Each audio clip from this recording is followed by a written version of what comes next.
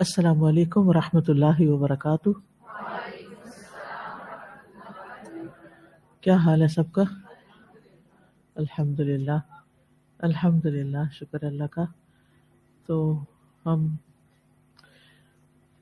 شروع کرتے ہیں۔ آج ہم اگر اپنے اصل سے شروع کر لیں، آیت شروع کر لیں تو بہتر ہے، یا عید الفطر کا بتاؤں؟ عید الفطر کا بتاؤں؟ عید کا شوق آ رہا ہے، کیا پتہ کل عید نہ ہو، پھر اللہ کرے نہ ہو۔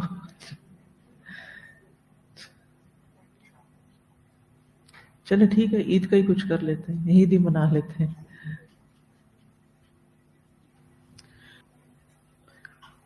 بسم اللہ الرحمن الرحیم۔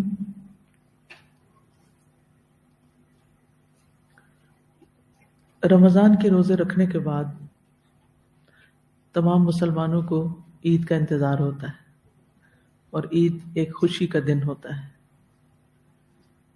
عید آپس میں ملاقات کا دن ہوتا ہے، مسلمانوں کی اجتماعیت کے اظہار کا دن ہوتا ہے، اللہ کا ذکر بلند کرنے کا دن ہوتا ہے، تکبیرات پڑھنے کا دن ہوتا ہے، خوشی منانے کا دن ہوتا ہے۔ تو جس چیز کا جو موقع ہو اس کے مطابق کام کرنا، یہی دراصل انسان کے لیے فائدے کی چیز ہوتی ہے، اور اسی کا نام عبادت ہے۔ جب اللہ سبحانہ وتعالیٰ حکم دے کہ کھانے پینے سے رک جاؤ تو رک جانا عبادت ہے، اور جب اللہ سبحانہ وتعالیٰ حکم دے کہ کھاؤ پیو اور روزہ نہیں رکھو تو کھانا پینا عبادت ہے۔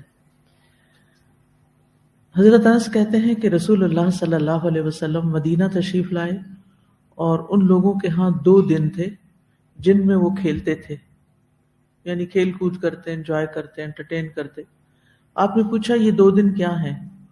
انہوں نے کہا کہ ہم دور جاہلیت میں ان دنوں میں کھیل کود کیا کرتے تھے۔ تو رسول اللہ صلی اللہ علیہ وسلم نے فرمایا، بے شک اللہ نے تمہیں ان کے بدلے ان سے بہتر دن دیے ہیں، اضحیٰ یعنی قربانی کا دن، اور فطر یعنی رمضان کے بعد عید الفطر کا دن۔ تو اس سے پتہ چلتا ہے کہ یہ 2 دن جو اہم ترین عبادات کے بعد آتے ہیں، ایک روزوں کے بعد اور ایک حج کے بعد، یہ ہمارے لیے خوشی کے دن ہیں۔ مومن کی خوشی اللہ کی رضا میں ہے، اللہ کی عبادت میں ہے، اللہ کی اطاعت میں ہے، اللہ کی خوشی میں ہے، کیونکہ مومن اللہ سے محبت کرتا ہے۔ تو جس چیز سے اللہ تعالیٰ راضی ہوتا ہے، جس چیز سے اللہ تعالیٰ خوش ہوتا ہے، مومن کے لیے بھی وہی خوشی کی بات ہوتی ہے۔ لہذا ہم دیکھتے ہیں کہ نبی صلی اللہ علیہ وسلم نے عبادت کے موقع کو، یعنی خوشی کے موقع کو بھی بے مقصد نہیں بنایا۔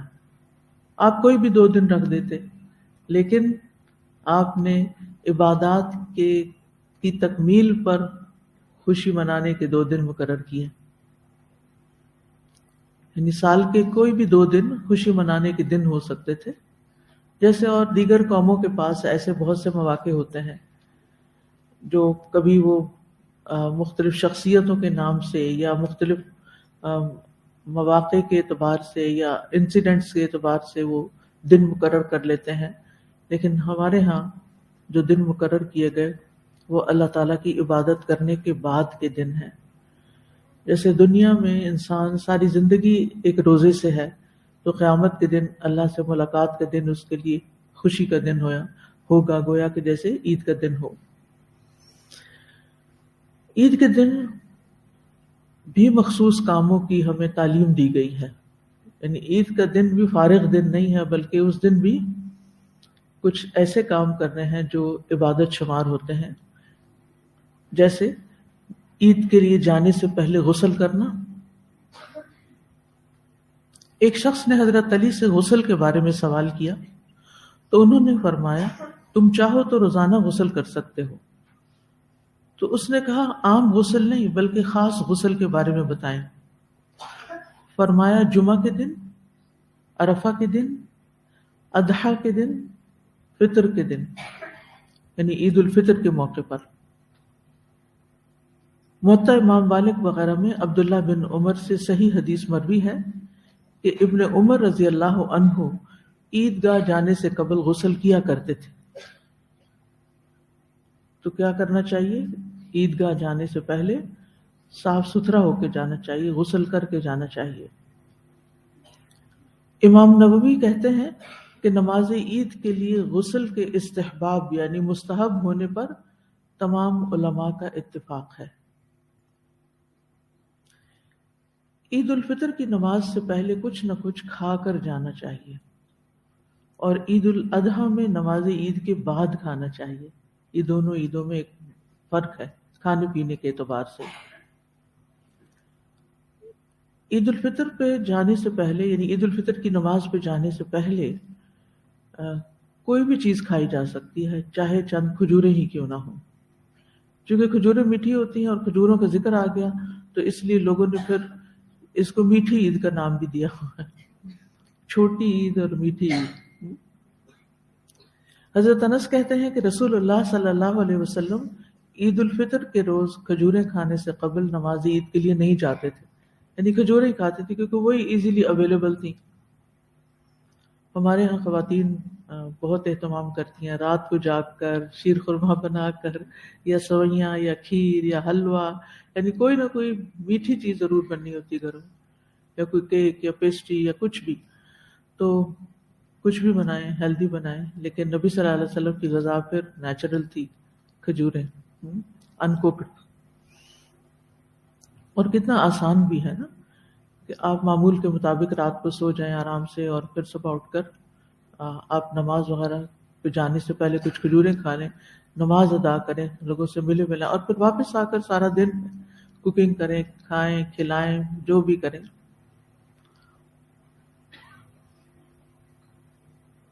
نماز عید سے پہلے کچھ کھا کر جانا اس لیے مستحب قرار دیا گیا کہ اس دن روزہ نہ رکھا جائے، اور یہ روزے ختم ہونے کی نشانی ہے. فطر کا مطلب ہی کیا ہے؟ افطاری سے ہے نا، یعنی روزہ کھولنا. تو عید کے دن بھی صبح کے وقت یعنی فطر روزہ کھول کے جایا جاتا ہے، روزہ رکھ کے نہیں، ایسے ہی خالی منہ نہیں، یعنی بندے منہ نہیں، بلکہ کچھ نہ کچھ کھا کر، اور وہ بھی میٹھا کھا کر. ویسے بھی آپ دیکھیے کہ جب بھی کوئی خوشی کا موقع ہوتا ہے تو ہمارے کلچر میں بھی کیا ہے، کیا کھلاتے ہیں؟ ختم قرآن ہو تو کیا مٹھائی تقسیم ہوتی ہے. حالانکہ وہ ہیلدی چیز نہیں ہے، لیکن بس کلچر یہی ہے اور لوگ شوق سے کھاتے ہیں. اور خاص طور پر مٹھائی جہاں اچھی ملتی ہے وہاں تراویح پڑھنے جاتے ہیں. تو اسی طرح بچے کی پیدائش پہ کیا کرتے ہیں، میٹھا تک کوئی نہ کوئی مٹھائی کے کچھ نہ کچھ تقسیم کرتے ہیں. تو کوئی منگنی وغیرہ ہو، کوئی شادی کا موقع ہو، تو لوگ کیا کہتے ہیں، منہ میٹھا کر رہے ہیں. ابن حجر نے اس کی تعلیل بیان کرتے ہوئے کہا کہ یہ روزے زیادہ کرنے کا سد باب ہے، یعنی روزے ختم ہے، اس سے آگے روزہ نہیں ہے، اب اس دن روزہ نہیں رکھا جائے گا، اور اللہ تعالیٰ کے حکم کی اتباع اور پیروی ہے. عطا سے مروی ہے، عطا ابن ابی رباح سے، تابعی ہیں. انہوں نے ابن عباس کو یہ فرماتے ہوئے سنا کہ عید الفطر کے دن اگر ممکن ہو کہ صبح نکلنے سے پہلے کچھ کھا پی کر نماز کے لیے نکلو تو ایسا ہی کیا کرو.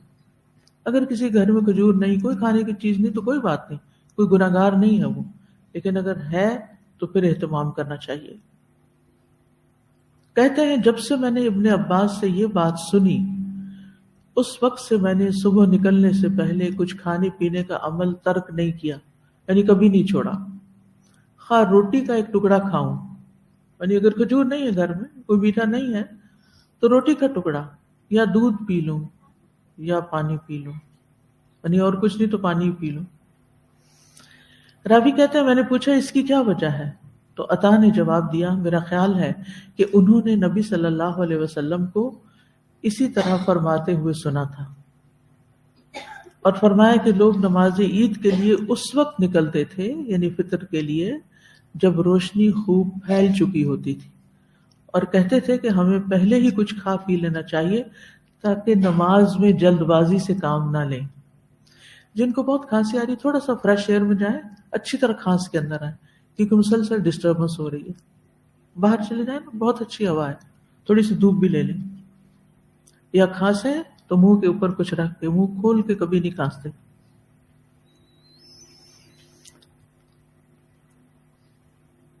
تو اس کی ایک اور وجہ بھی کیا بتائے گی کہ کچھ کھا کر جائیں، تاکہ نماز میں جلدی نہ کریں. جلدی کیوں؟ کہ اگر رات کا کچھ کھایا ہوا نہیں ہے تو عموماً 30 دن سحری کے وقت کچھ کھانے سے کیا عادت بن جاتی ہے؟ کچھ کھائے اس وقت بھوک لگنے لگ جاتی. روزوں کی ابتدا میں تو بھوک نہیں لگتی، پھر آہستہ آہستہ کھانے لگتے ہیں، پھر آخر میں اٹھتے ہیں تو کھانے کی ضرورت محسوس ہوتی ہے کیونکہ روٹین سیٹ ہو چکی ہوتی ہے. اور پھر عید کے دن اگر کچھ بھی نہ کھائیں اور سحری کے وقت سے لے کے آدھے دن تک، تو پھر وہ انسان کی عبادت بھی اچھی طرح نہیں ہوتی، عبادت میں بھی دل نہیں لگتا. تو اس لیے بہت ضروری ہے کہ اس میں انسان پھر کچھ کھا کے جائے. ہمارا دین کتنا فطری دن ہے کہ جس میں انسان کو انسان کی ضروریات کا خیال رکھا گیا، انسان کی خواہشات کا خیال رکھا گیا، مواقع کی مناسبت کا خیال رکھا گیا ہے. اور یہی ایک نیچرل قابل عمل دین ہے. اور ہمیں ان تمام عادتوں کو، ان تمام چیزوں کو سنت سمجھ کے کرنا چاہیے. اور اگر ہم سنت سمجھ کر کریں گے تو ہماری زندگی میں برکتیں ہی برکتیں ہوں گی. تو اس سے کیا پتہ چلتا ہے کہ کچھ نہ کچھ کھائیں ضرور. اگر کھجور میسر نہیں تو کچھ بھی کھا لیں، یعنی لازم نہیں ہے، افضل ہے، لازم نہیں. اس کے برعکس عید الاضحیٰ میں عید کی نماز کے بعد کھانا مستحب ہے.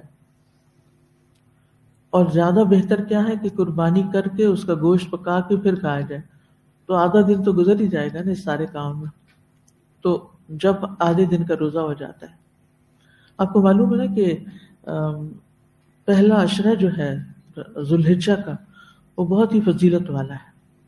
اور اس میں روزہ رکھنا، کوئی بھی نیک عمل کرنا، قرآن کی تلاوت، ذکر اذکار، صدقہ خیرات، وہ سارے کے سارے اعمال، ان کا ثواب عام دنوں سے زیادہ ملتا ہے.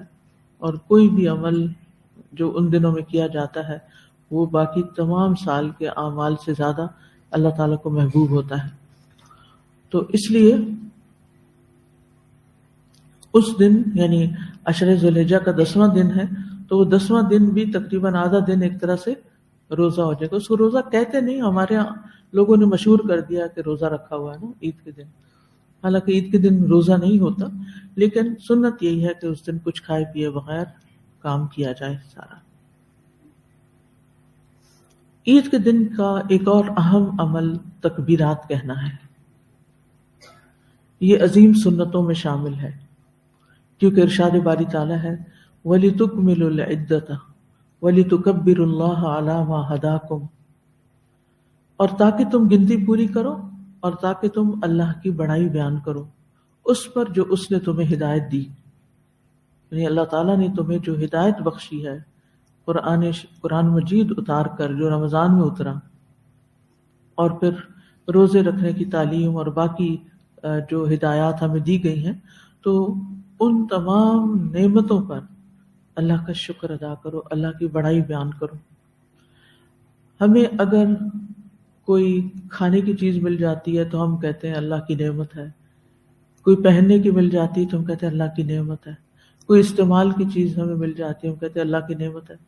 لیکن قرآن کی نعمت ملتی ہے، یا ہدایت کی نعمت ملتی ہے، یا دین کی نعمت ملتی ہے، کوئی نئی سنت، کسی کی نئی سنت کا علم ہوتا ہے، یا اس پر عمل کی توفیق ہوتی ہے، تو ہمارے منہ سے کم ہی نکلتا ہے کہ یہ بھی ایک نعمت ہے، یہ بھی اللہ کا فضل ہوا ہے مجھ پر کہ اللہ نے یہ مجھے نعمت عطا کی. عام دنوں کی نسبت الحمدللہ رمضان میں ہم عبادات کی طرف زیادہ متوجہ ہوتے ہیں، اور خاص طور پر قرآن مجید کے ساتھ زیادہ تعلق ہوتا ہے، چاہے اس کی تلاوت ہو، چاہے اس کا فہم ہو، چاہے اس کا سیکھنا ہو، چاہے اس کا سکھانا ہو. ہر شخص کسی نہ کسی بھاگ دوڑ میں لگا ہوا ہوتا ہے. تو ایسی صورت میں جب انسان قرآن مجید کے ساتھ اتنی مضبوطی سے جڑ جاتا ہے رمضان میں، تو بالکل ایسے لگتا ہے جیسے فریش ہو کے اس کی روح سیراب ہو گئی، اور اس پر جیسے رمضان کے آخر میں بارش ہوئی ہے تو آج میں دیکھ رہی تھی سارے پودے چمک رہے ہیں، ہر چیز، آسمان صاف ہے، فضا صاف ہے.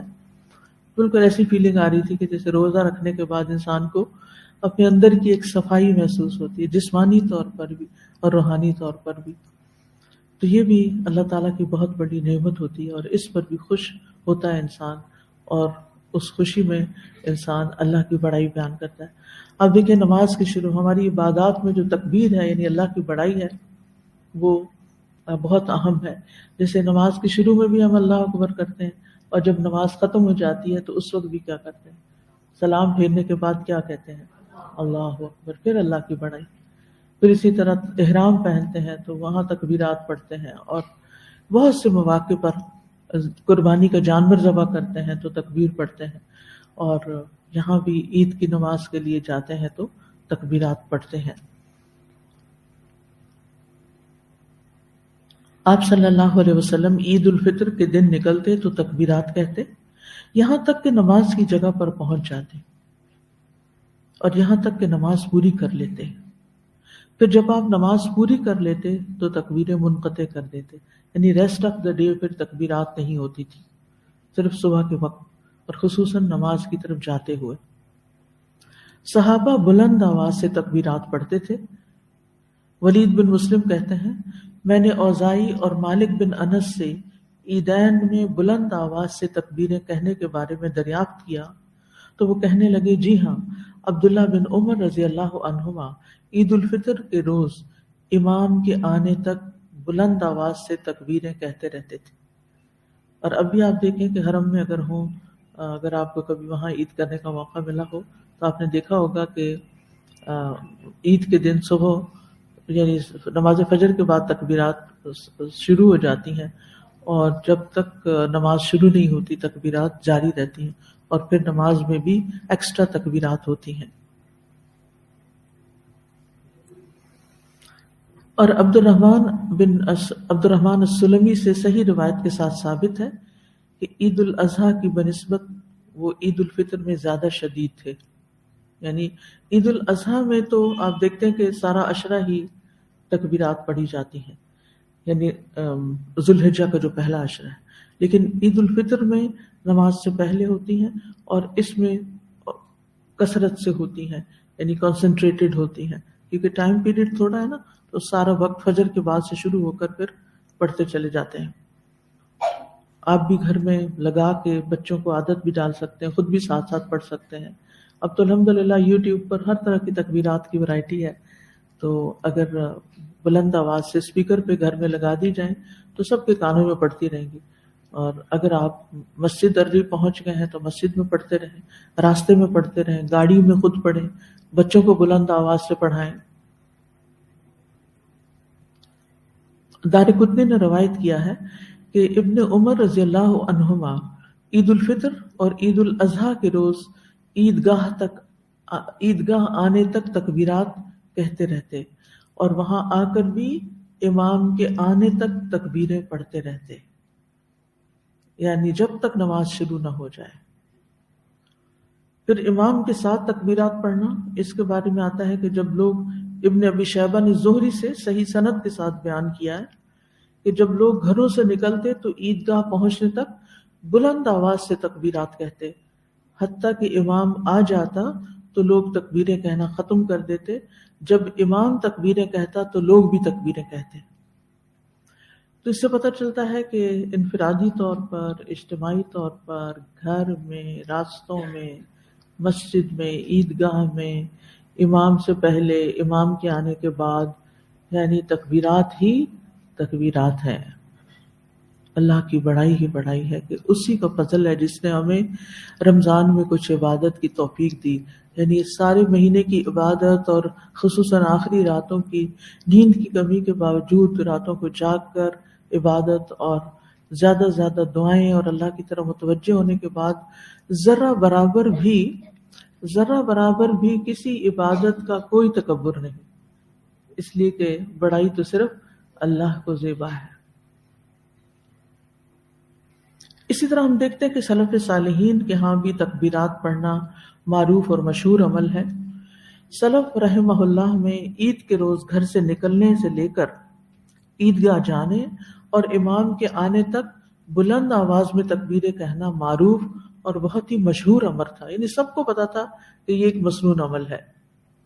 بہت سے مصنفین نے اپنی کتابوں میں اس بات کا ذکر کیا ہے، جن میں ابن ابی شیبہ، عبد الرزاق اور فریابی نے کتاب احکام العیدین میں سلف کی ایک جماعت سے نقل کیا ہے، جن میں نافع بن جبیر بھی شامل ہیں، کہ وہ تکبیریں کہتے اور لوگوں کے تکبیریں نہ کہنے پر تعجب کرتے، یعنی اگر کوئی تکبیر نہیں پڑھ رہا ہوتا تو حیران ہوتے تھے کہ ان کو یہ نہیں پتا، اور کہتے تم تکبیریں کیوں نہیں کہتے، یعنی کیوں نہیں تکبیر پڑھتے، تکبیر پڑھو۔ اور ابن شہاب زہری کہا کرتے تھے کہ لوگ گھروں سے نکل کر عیدگاہ جانے اور عیدگاہ میں امام کے آنے تک تکبیریں کہا کرتے تھے۔ تو گویا عید الفطر میں تکبیرات کہنے کا وقت چاند رات سے شروع ہو کر نماز عید کے لیے امام کے آنے تک رہتا ہے، یعنی رات کو ہی آپ شروع ہو سکتے ہیں۔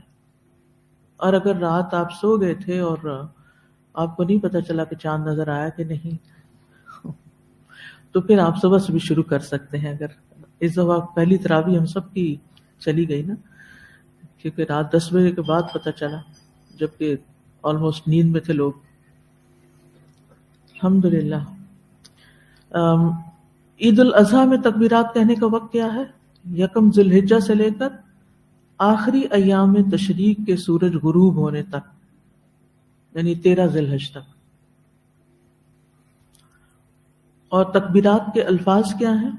عبداللہ بن مسعود ایام تشریق میں یہ تکبیرات پڑھا کرتے تھے: اللہ اکبر اللہ اکبر، لا الہ الا اللہ واللہ اکبر، اللہ اکبر وللہ الحمد۔ یہ تو سب کو آتی ہے، ٹھیک ہے۔ اور اسی طرح ابن عباس، یہ ابن مسعود کی تکبیرات تھی، ابن عباس یہ تکبیرات کہا کرتے تھے: اللہ اکبر کبیرہ، اللہ اکبر کبیرہ، اللہ اکبر و اجل، اللہ اکبر وللہ الحمد۔ اس میں اللہ اکبر و اجل کا لفظ زیادہ ہے۔ یہ عید الفطر کا پیمفلٹ بھی ہے جو الہدیٰ نے چھاپا ہوا ہے، اور اگر آپ سب خود بھی لے لیں اور اوروں کو بھی بانٹیں تو انشاءاللہ یہ مسائل ان تک بھی پہنچ جائیں گے جو بیان ہو رہے ہیں۔ پھر ایک دوسرے کو عید کی مبارکباد دینا، یعنی عید کے آداب میں سے ایک ادب کیا ہے کہ ایک دوسرے کو مل کر اچھے الفاظ سے مبارکباد دی جائے، چاہے الفاظ کوئی بھی ہو۔ مثلا ایک دوسرے کو یہ کہنا تقبل اللہ منا و منکم، لیکن صرف یہی الفاظ نہیں، آپ عید مبارک بھی کہہ سکتے ہیں، بارک اللہ فیکم کہہ سکتے ہیں، اللہ یبارک فیکم، یعنی کچھ بھی جو برکت سے متعلق، کیونکہ مبارک کا لفظ ہے نا اس میں، عید کی مبارک دینا کہ عید آپ کے لیے، اللہ تعالیٰ اس عید کو آپ کے لیے مبارک کرے۔ اور جبیر بن نفیر سے روایت ہے کہ رسول اللہ صلی اللہ علیہ وسلم کے صحابہ جب عید کے دن ایک دوسرے کو ملتے تو ایک دوسرے کو کہتے تقبل اللہ منا و منک، اللہ مجھ سے اور آپ سے قبول فرمائے۔ یہ افضل اس لیے ہے کہ یہ صحابہ کے الفاظ ہیں، باقی آپ جو بھی چاہیں مبارک کے الفاظ اردو، انگلش، کسی بھی زبان میں دے سکتے ہیں۔ ایک اور چیز یہ ہے کہ یہ عید کی مبارک افضل وقت یہ ہے کہ انسان نماز پڑھنے کے بعد دے، آتے ہوئے سب تکبیرات پڑھتے رہیں، ایک دوسرے کو ڈسٹرب نہ کریں، مسجد میں بیٹھ کے باتیں نہ کریں، کیونکہ ہوتا یہ ہے کہ لوگوں کو سنتوں کا پتہ نہیں ہوتا، آداب کا پتہ نہیں ہوتا، لہٰذا وہ آتے ہی پھر ایک دوسرے سے گلے ملنا شروع کر دیتے ہیں اور باتیں شروع ہو جاتی ہیں، جس سے تکبیرات کا وقت نکل جاتا ہے اور وہ فضیلت چلی جاتی ہے۔ اور یہ اسی صورت میں ہو سکتا ہے کہ سبھی پڑھیں جب ان کو اویئرنیس ہوگی تو دوسروں کو بھی اس چیز کے بارے میں بتائیں۔ عیدگاہ میں بھی آپ ایک پمفلٹ ساتھ لے جا سکتے ہیں، جو باتیں کر رہے ہیں انہیں کہیں یہ پڑھ لیں، اس کے اندر تکبیرات بھی لکھی ہوئی ہیں۔ پھر یہ ہے کہ عید کے دن سب گھر والوں کو عید کے لیے نکلنا چاہیے۔ ابن عباس رضی اللہ عنہ سے مرفوعاً روایت ہے کہ آپ صلی اللہ علیہ وسلم اپنی بیٹیوں اور بیویوں کو حکم دیتے کہ وہ عیدین کے لیے نکلا کریں، یعنی ان کو بھی نکلنے کا حکم ہوتا۔ ام عطیہ کہتی ہیں کہ رسول اللہ صلی اللہ علیہ وسلم نے عید الفطر اور عید الاضحیٰ کے دن پردہ نشین جوان عورتوں اور حائضہ عورتوں کو نکلنے کا حکم دیا، لیکن حائضہ نماز سے علیحدہ رہیں، یعنی صف کے بیچ میں نہ بیٹھیں، پیچھے بیٹھیں، اور بھلائی اور مسلمانوں کی دعا میں حاضر ہوں۔ میں نے عرض کیا یا رسول اللہ صلی اللہ علیہ وسلم، ہم میں سے جس کے پاس جلباب نہ ہو، اس سے کیا پتہ چلتا ہے کہ عیدگاہ میں کیا پہن کے جانا چاہیے؟ خوبصورت خوبصورت کپڑے، غرارے اور لہنگے نہیں، جلباب، بڑی چادر، چاہے سلی ہوئی ہو چاہے ان سلی ہو۔ تو کسی نے پوچھا کہ اگر کسی کے پاس جلباب ہے نہیں، کبھی گھر سے ایسے نکلے نہیں اور کبھی چادر بھی نہیں الگ سے بنائی، تو آپ نے فرمایا اس کی بہن اپنی چادر اس کو پہنا دے، یعنی مانگ کے لے جاؤ، کسی اور سے لے لو۔ یہ نہیں کہا اچھا پھر اس کی مجبوری ہے، اگر اس نے چادر نہیں بنائی ہوئی تو وہ چھٹی کرے، جو چاہے پہنے، نہیں، پھر دوسروں سے لے لے، لیکن اس کا اہتمام کرنا چاہیے۔ اور اس میں آپ دیکھیے کہ واضح حکم آ گیا نا، تو پھر خلاف ورزی نہیں ہونی چاہیے۔ چھوٹی بچیوں کو بھی آپ جب لے جاتے ہیں عید کے دن، سارے سجاتے ہیں، بناتے ہیں، میک اپ کرتے ہیں، تو ان کے اوپر کچھ نہ کچھ چنری، کوئی چیز ان کے اوپر ضرور اوڑے جو بالکل نابالغ چھوٹی بچیاں، تاکہ وہ عید کے وقت، عید کی نماز کے وقت ایسے منہ اٹھا کے دیکھتی نہ رہے۔ کیونکہ میں نے دیکھا بعض لوگ بچیوں کو لے جاتے ہیں عید کا، پیچھے بٹھا دیتے ہیں، یا وہ پاس روتے رہتے ہیں، یا ان کو پتہ نہیں کہ کرنا کیا، پہلے سے ان کی مائنڈ سیٹنگ نہیں ہوتی۔ تو بچوں سے جو کام کروانا ہو اہیڈ، بیفور ٹائم ان کا مائنڈ میک اپ کریں کہ ہم آج یہ کریں گے اور اس میں ایسا اور ایسا ہوگا، پھر اس کے بعد یہ اپنا پلانر، اپنا پروگرام دن کا اپنے قریبی لوگوں کے ساتھ شیئر کر لیا کریں۔ اس سے کمیونیکیشن اور انڈرسٹینڈنگ اچھی ہوتی ہے، تاکہ دوسرے کو عین وقت پہ جب آپ کچھ کرنے لگے تو اعتراض بھی نہ ہو اور شکایت بھی نہ ہو، پہلے تو تم نے بتایا ہی نہیں، ہمیں تو پتہ ہی نہیں تھا کہ تمہارا یہ پروگرام بنا ہوا ہے۔ تو خصوصاً جو خواتین ہیں ان کے لیے یہ بہت ضروری ہے، بچوں کے حوالے سے، شوہر کے حوالے سے، گھر کے اندر رہنے والے افراد کے حوالے سے، چاہے گھر میں بزرگ بھی ہوں تو ان کو بھی بتانا چاہیے کہ ہمارا آج کا ڈے پلان یہ ہے۔ مثلاً آپ اپنے ساس سسر کے ساتھ رہتے ہیں تو یہ نہیں کہ اپنا چپ کر کے خود ہی پلانر بنایا اور خود ہی ایگزیکیوٹ کر لیا اور ان کو خبر ہی نہ ہو، اور وہ دیکھتے رہے کہ پتہ نہیں آج کیا ہو رہا ہے، کہاں جا رہے ہیں۔ اور اس سے پھر شیطان وسوسے بھی ڈالتا ہے اور دل میں برے برے خیالات بھی ڈالتا ہے، اور اپنے آپ کو ایکسکلوڈیڈ فیل کرتا ہے۔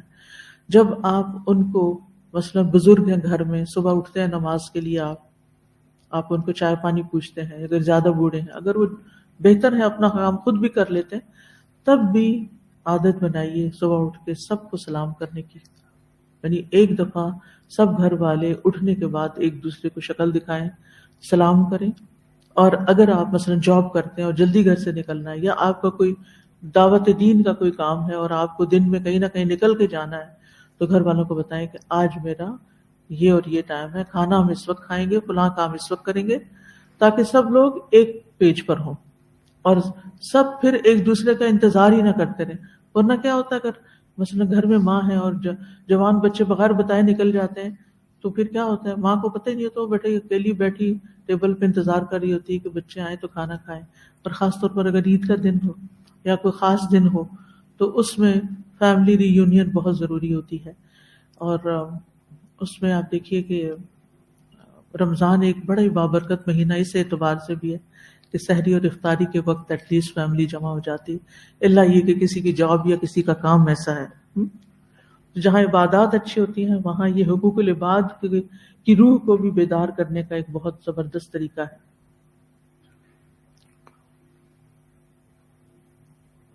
پھر اسی طرح یہ ہے کہ بچوں کو بھی عیدگاہ میں لے کر جانا چاہیے، تبھی عورتیں نکل سکیں گی نا۔ ابن عباس کہتے ہیں کہ ایک دفعہ یوم الفطر یا اضحیٰ کے موقع پر میں نبی صلی اللہ علیہ وسلم کے ہمراہ نکلا تو آپ نے نماز پڑھائی، پھر خطبہ دیا، پھر عورتوں کے پاس آئے اور انہیں واعظ و نصیحت کی اور انہیں صدقہ خیرات کا حکم دیا، یعنی خواتین بھی ضرور جائیں اور خصوصاً اس دن صدقہ بھی کریں، کیونکہ ہم رمضان میں جیب خالی کر چکے ہوتے ہیں تو پھر سمجھتے ہیں کہ عید کا فطرانہ ہو گیا، وہی صدقہ کافی ہے۔ تو وہی کافی نہیں ہے۔ آپ نے دیکھا ہوگا جب عیدگاہ سے آپ نکلتے ہیں تو بہت سے غریب، فقیر، مسکین لوگ جو ہیں وہ وہاں مانگ رہے ہوتے ہیں، تو ہم منہ موڑ کے چلے جاتے ہیں، چاہے چھوٹی سی کوئی چیز، اور کچھ نہیں، کھجوریں ہی لے جائیں، وہی ایک ایک کسی کے ہاتھ پہ رکھ دیں، صدقہ ضروری تو نہیں کہ پیسوں کا ہی ہو، کسی بھی چیز کا ہو سکتا ہے، لیکن سوالی کو خالی ہاتھ نہ موڑیں، کچھ نہ کچھ جو بھی میسر ہو دے دیں۔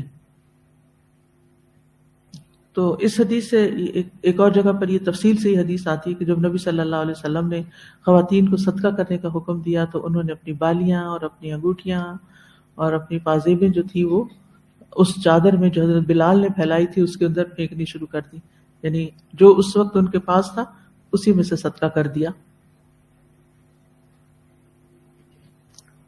اور ویسے بھی آپ دیکھیے کہ عید کی نماز عموماً بڑے میدانوں میں ہوتی ہے یا کوئی مارکی بک کی جاتی ہے، یا یعنی موسم کے اعتبار سے، کیونکہ جب شدید گرمی ہوتی ہے تو باہر نہیں پڑ سکتے آپ۔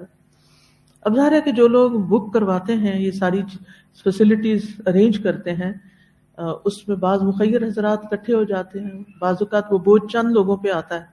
اگر سارے لوگ مل کے کنٹریبیوٹ کر کے ایسی جگہ تیار کریں تو اس میں یہ ہے کہ سب کا اجر بھی شامل ہو جائے گا اور ایسے بڑے بڑے کام کرنا آسان بھی ہو جائے گا۔ تو جہاں بھی آپ نماز پڑھیں، جب میں کینیڈا گئی تو مجھے کسی نے بتایا کہ وہاں پر سکھوں کا گردوارا تھا، تو مجھے ذرا دیکھنے کا ایک شوق بھی تھا کہ مختلف لوگوں کی عبادت گاہیں کیسی ہیں اور کیا کرتے ہیں۔ تو وہاں پر چونکہ ایک فیسلٹی تھی تو میں نے جا کر دیکھا، تو یعنی بچے، بڑے، عورتیں، بوڑھے، یا پوری فیملیز جو تھی وہ آئی ہوئی تھی، اور یہ تقریباً روزانہ کی بنیاد پر ہی آفٹرنون میں اس کا سلسلہ چلتا ہے۔ بزرگ حضرات لوگ صبح میں بھی جاتے ہیں، اور خواتین جو ہیں وہاں پر ان کا سیٹ اپ اس طرح ہوتا ہے کہ بیسمنٹ ساری کی ساری کھانے پینے کی جگہ ہوتی، خواتین خود کوکنگ کرتی ہیں، یعنی والنٹیئرز آتے ہیں، خود کوکنگ کرتے ہیں، خود سرو کرتے ہیں، پھر وہ چلے جاتے ہیں، پھر اور آ جاتے ہیں۔ انتظام چلانے والے چند لوگ ہوتے ہیں، لیکن اس کو آگے، اور پھر اس میں یہ نہیں ہوتا کہ صرف سکھ لوگ ہی آ کر کھائیں، بلکہ کسی بھی کمیونٹی کے کوئی بھی لوگ، غریب، فقیر، امیر، جو بھی ہے، وہ ان کے لیے برکت کا کھانا ہوتا ہے اور وہ سب کو سرو کرتے ہیں۔ سادہ کھانا ہوتا ہے، سادی سی اسٹیل کے گلاس اور اسٹیل کی پلیٹیں وغیرہ، اور لیکن ایک وسیع پیمانے پر، یعنی وہ جو ہال میں نے دیکھا وہ شاید اس سے بھی بڑا ہو، کہ جس میں وہ کھانے کے نیچے دسترخوان لگے ہوئے تھے اور ساتھ بڑے بڑے کچن اور پکانے کی جگہ۔ تو میں نے ان سے پوچھا کہ یہ کس طرح افورڈ کیسے کرتے ہیں، ہر وقت یہ لنگر چلتا ہے، ہر وقت یہ کھانا کھلایا جاتا ہے۔ ان کے ہاں بھی کھانا کھلانا ایک بہت ہی نیکی اور ان کے نزدیک جو ثواب کے کام ہے اس میں سے ہے۔ تو بتایا گیا کہ ہر جو سکھ انٹر ہوتا ہے وہ متھا ٹیکنا دیتا ہے، کچھ اس طرح کا اللہ بتائے، متھا ٹیکی، وہ کیا ہے کہ کچھ نہ کچھ انہوں نے صدقے میں ضرور ڈالنا ہے، ہر بندہ کچھ نہ کچھ ضرور ڈال، یعنی یہ ہو ہی نہیں سکتا کہ کوئی جا کے اس فیسلٹی کو استعمال کرے اور پھر اس میں کچھ نہ ڈالے، وہاں کچھ اپنا حق نہ چھوڑ کے آئے۔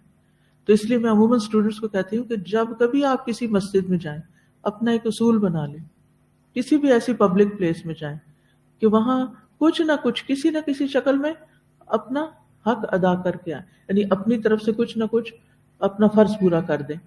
جیسے ہائی وے پہ مسجدیں بنی ہوتی ہیں نا، تو بعض اوقات روک کے نماز پڑھتے ہیں، گاڑی روک کے نماز پڑھتے ہیں، بعض اوقات وہاں چندہ کا ڈبہ رکھا ہوتا ہے، بعض اوقات نہیں بھی رکھا ہوتا۔ تو میک شور کیا کریں کہ چاہے 50 روپے ہی ڈالے ہیں لیکن کچھ نہ کچھ ڈال دیں۔ آپ کو نہیں پتا، آپ بھول بھی جائیں گے وہ ڈالے ہوئے، لیکن آپ قیامت کے دن آپ دیکھیں گے کہ اتنے لوگوں نے اس مسجد میں نماز پڑھی جہاں آپ کے 50 روپے تھے۔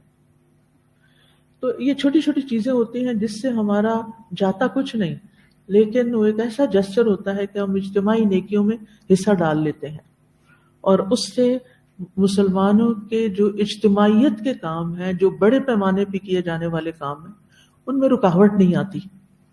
بہت سے کام صرف فنڈز کی کمی کی وجہ سے بعض اوقات رک جاتے ہیں، سینٹرز بند ہو جاتے ہیں، مسجدیں بند ہو جاتی ہیں، لیکن اگر ہر مسلمان اپنا فرض سمجھے، اپنی حیثیت کے مطابق تھوڑا یا زیادہ کچھ نہ کچھ، تو اس سے آپ دیکھیں گے کہ ایک تو انسان کے اپنے اوپر سے بلائیں ٹلتی رہتی ہیں، اللہ کی رضامندی حاصل ہوتی ہے، انسان کے گناہوں کی آگ بجھتی ہے، اور دوسرا یہ کہ نیکی کے کام بڑے پیمانے پہ ہونے لگتے ہیں۔ سب کا الحمدللہ۔ بہرحال تو عید کے دن خواتین کو بھی جانا چاہیے اور صدقہ خیرات بھی ضرور کرنا چاہیے۔ نماز عید کے لیے آنے جانے میں راستہ بدلنا چاہیے۔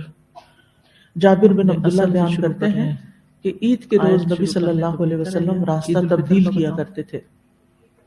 ابو ہریرہ کہتے ہیں نبی صلی اللہ علیہ وسلم جب عید کے دن ایک راستے سے نکلتے تو دوسرے راستے سے واپس آتے۔ کیا پتہ کل عید نہ ہو، اس کی کیا حکمت ہے، کیوں تبدیل کیا جائے؟ اللہ کرے نہ ہو۔ اس کی ایک وجہ تو یہ ہے کہ قیامت کے دن زمین اپنے اوپر ہونے والے خیر اور شر کے عمل کی ٹھیک ہے، عید کا ہی کچھ کر لیتی، عید ہی منا کہ لے۔ ہم اللہ کے لیے نکلے تھے، اللہ کی بڑائی بلند کرنے کے لیے، اللہ کا شکر ادا کرنے کے لیے، نبی صلی اللہ علیہ وسلم کی سنت پر عمل کرنے کے لیے، اور ہم اس راستے سے، اس زمین کے اس حصے نے ہمارے قدموں کی گواہی دی، اور جب واپس گئے تو ذرا موڑ کاٹ کے دوسری طرف سے گئے تو وہ بھی ایک گواہی ہمارے حق میں لکھی گئی۔ اور ایک اور قول یہ بھی ہے کہ اللہ کا ذکر ظاہر کرنے کے لیے، کیونکہ پہلے زمانے میں لوگ گاڑیاں اور کاریں تو استعمال نہیں کرتے تھے، اگر کوئی اونٹ اور گدھے پہ بھی ہوتا تو وہ بھی اوپن ہوتا تھا، تو گزرتے ہوئے لوگ جب راستے میں اللہ کی بڑائی بیان کرتے اور غول کے غول نکل کے گلیوں بازاروں میں جا رہے ہوتے تو اس سے جو نان مسلمز ہیں وہ بھی دیکھتے ہیں مسلمانوں کی اجتماعیت کو اور اللہ کا ذکر بلند کرنے کو، تو یہ چیز دلوں کے اندر ایک خاص رعب اور ہیبت بھی پیدا کرتی ہے۔ یعنی اجتماعیت ایک ایسی چیز ہے کہ جس کے اپنے ہی کچھ اثرات ہوتے ہیں۔ یعنی مجھے کبھی سمجھ نہیں آتی کہ حرم میں نماز پڑھنے کی کیفیت کیوں کچھ اور ہوتی ہے، اور طواف کرنے کی، اور حتیٰ کہ جو ہی آپ مسجد حرام کے قریب والی سڑک پہ پڑھتے ہیں اور لوگ مسجد کی طرف جا رہے ہوتے ہیں بھاگے بھاگے، تو آنکھوں سے آنسو جاری ہو جاتے ہیں کہ اللہ یہ سارے قدم تیری طرف اٹھ رہے ہیں، اللہ ان کو بخش دینا، یہ تیری طرف جا رہے ہیں، تو نے انہیں بلایا ہے تو یہ آئے ہیں، یہ تیرے مہمان ہیں اور تیرا ہی ذکر کرنے کے لیے آئے، ان کے یہاں کوئی دنیاوی مقاصد نہیں ہے۔ تو اس سے آپ دیکھیے کہ آپ کے دل کی، صرف لوگوں کو دیکھ کے آپ کے دل کی کیفیت بدلتی ہے۔ تو اس لیے اجتماعی عبادات میں حاضر ہونے میں اگرچہ مشکل ہو لیکن کوشش ضرور کریں۔ تنہائی کی عبادات بھی بہت اچھی ہوتی ہیں، وہ بھی کرنی چاہیے، ان میں بھی یکسوئی ہوتی ہے۔ اس کے لیے تہجد بہت اچھا وقت ہے، اگر اللہ تعالیٰ توفیق دے، بہت ہی یکسوئی ہوتی ہے، لیکن اور جو آپ نے ان دنوں میں محسوس بھی کی ہوگی، لیکن آپ دیکھیں کہ جب آپ رمضان میں قیام اللیل کے لیے آتے ہیں یا اجتماعی عبادت کرتے ہیں یا اعتکاف کرتے ہیں یا عمرہ کرتے ہیں یا پھر حج کے موقع پہ حج کرتے ہیں، تو اس سے یقیناً دلوں کی کیفیت بدلتی ہے۔ دلوں میں جب سختی آ جائے، دلوں میں جب غبار آ جائے، دلوں پہ جب انسان کے آنسو نہ نکلیں، جب انسان کی توجہ اور رغبت نہ ہو، تو اجتماعی عبادت اختیار کریں، علم کی مجالس میں آ کے بیٹھیں، جماعت سے نماز پڑھیں۔ اسی لیے نبی صلی اللہ علیہ وسلم نے خواتین کو بھی جماعت میں شامل ہونے سے روکا نہیں، اور واجب بھی نہیں کیا، لازم بھی نہیں کیا، کیونکہ ان کے اوپر اور ایسی ذمہ داریاں ہیں کہ جن کی وجہ سے انہیں بچوں کے ساتھ گھر رہنا ہوتا ہے، اور اگر وہ یہ بھی اللہ کا حکم سمجھ کے وہ کر رہی ہیں، اس ڈیوٹی کو نبھا رہی ہیں اور پیچھے رہ گئی ہیں، تو وہ اس میں بھی گلٹ نہیں ہونی چاہیے، کیونکہ یہ بچہ بھی اللہ کی نعمت ہے اور اللہ تعالیٰ کی اس پہ بھی شکرانہ ہے، اور اس کو پالنا ایک عظیم عبادت ہے اور ایک اجر ہے، اور اس کام کو بھی اسی طرح ہی شوق ذوق سے کرنا چاہیے جیسے ہم فرصت کے وقت میں باہر نکل کر اجتماعی عبادات میں ذوق شوق سے حاضر ہوتے ہیں۔ تو تنہائی کے اوقات میں بھی اپنے آپ کو پرسکون رکھیں، اس میں بھی اللہ کی طرف متوجہ رکھیں، اور اجتماعی دونوں کے اپنے اپنے فائدے ہیں۔ تبتل الیہ تبتیلا میں بھی بڑا فائدہ ہے اور اجتماعی عبادت کا اپنا ہی فائدہ ہے۔ تو کسی ایک چیز کے پیچھے نہیں لگ جانا چاہیے اور صرف اسی کو ہی عبادت نہیں سمجھنا چاہیے، بلکہ جو مواقع آتے جائیں، زندگی جیسا جیسا رخ بدلتی جائے، اس کے مطابق اپنے آپ کو ایڈجسٹ کرنا اور اس پہ اللہ کی رضا پہ راضی ہونا، یہ بہت بڑی عبادت ہے۔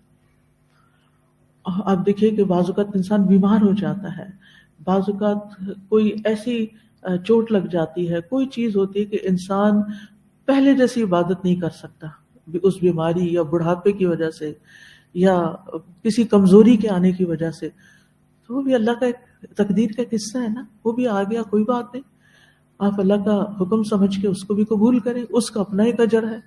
اور کتنی بڑی خوشخبری ہے کہ جو مسلمان سفر کی حالت میں، جو مسلمان اپنے قیام کی حالت میں اور صحت کی حالت میں نیک عمل پابندی سے کرتا ہے، تو جب وہ بیمار ہو جاتا ہے یا سفر کی حالت میں ہوتا ہے تو اس کے وہ نیک اعمال باقاعدہ لکھے جاتے ہیں۔ اللہ تعالیٰ فرشتوں کو حکم دیتا ہے کہ ان اوقات میں ان اعمال کو ویسے ہی لکھو جیسے یہ کیا کرتا تھا، تو اس لیے ہر حال میں راضی رہنا سیکھیں، ٹھیک ہے، بے حس نہ ہو، سستی نہ کریں، کمزوری نہ دکھائیں، بودا پن نہ ہو، بے صبرا پن نہ ہو، بے جا کے گلے اور شکوے شکایتیں نہ ہو، نہ اللہ سے نہ بندوں سے، لیکن جو بھی تبدیلی آتی ہے زندگی میں اسے ایکسپٹ کریں۔ تو اب یہاں رستہ تبدیل کرنے کے لیے کہا جا رہا ہے۔ چینج کو ایکسپٹ کرنا جو ہوتا ہے نا، مشکل کام ہوتا ہے، چاہے کسی بھی طرح کا چینج ہو۔ وہ بعض کہتے ہیں چینج از ڈیتھ، یعنی بعض لوگ اتنا اس کو مائنڈ کرتے ہیں، اتنا ان کے لیے بھاری ہوتا ہے کہ وہ ایڈجسٹ نہیں کر پاتے۔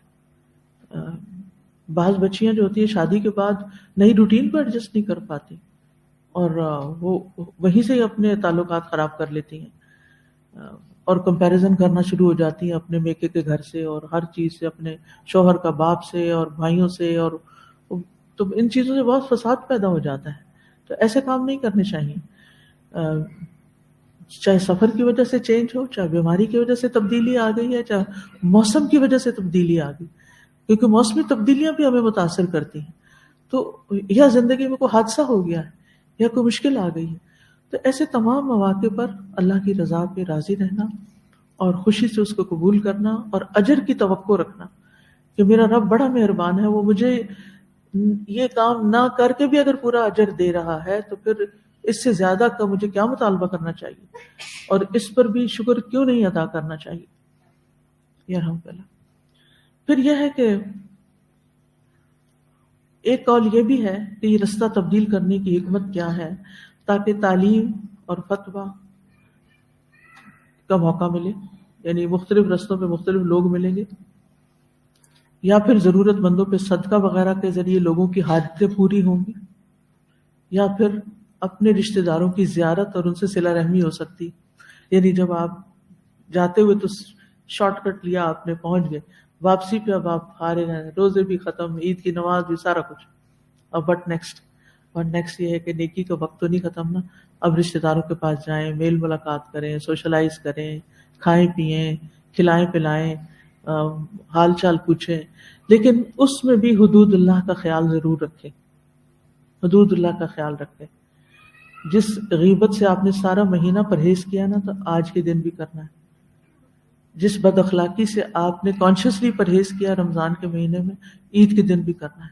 جس لہو و لعب سے، بیکار کے لہو و لعب جو ہیں ان سے آپ نے پرہیز کیا ہے، یعنی حرام قسم کے جو ہیں، ان سے عید کے دن بھی کرنا ہے۔ ہاں، عید کے دن جائز لہو و لعب جو ہے وہ اس کی اجازت ہے، کھیل کود وغیرہ کی۔ پھر اسی طرح فطرانہ ایک عبادت ہے، فطرانے کا ادا کرنا، صدقہ فطر اس کو کہتے ہیں۔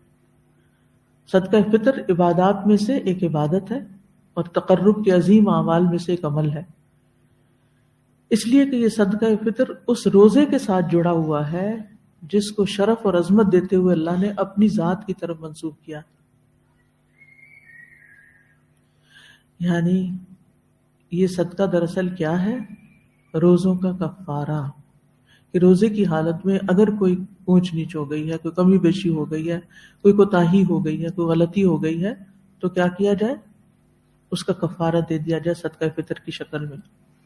یہ ایک واجبی صدقہ ہے، یہ نفلی صدقہ نہیں بلکہ واجبی صدقہ ہے، جو رمضان کے روزے کے ختم ہونے، یعنی رمضان کے ختم ہونے کے ساتھ عید الفطر کے ہوتے ہی واجب ہو جاتا ہے۔ اور زکوٰۃ کو فطر کی طرح مضاف کیا گیا، اس کو زکوٰۃ الفطر کہا جاتا ہے عربی میں، کیونکہ روزوں کا ختم ہو جانا فطرانے کے واجب ہونے کا سبب ہے۔ ابن عباس کہتے ہیں کہ رسول اللہ صلی اللہ علیہ وسلم نے صدقہ فطر کو فرض قرار دیا تاکہ روزہ دار کے لیے لغو اور بیہودہ اقوال و افعال سے پاکیزگی ہو جائے اور مسکینوں کو کھانا مل جائے۔ چنانچہ جس نے اسے نماز عید سے پہلے ادا کر دیا تو یہ ایسی زکوٰۃ ہے جو قبول کر لی گئی، اور جس نے نماز کے بعد ادا کیا تو یہ عام صدقات میں سے ایک صدقہ ہے۔ تو لازم ہے کہ عید کی نماز پڑھنے سے پہلے ادا کیا جائے۔ صدقہ فطر ہر مسلمان پر واجب ہے اگرچہ وہ روزہ نہ بھی رکھے۔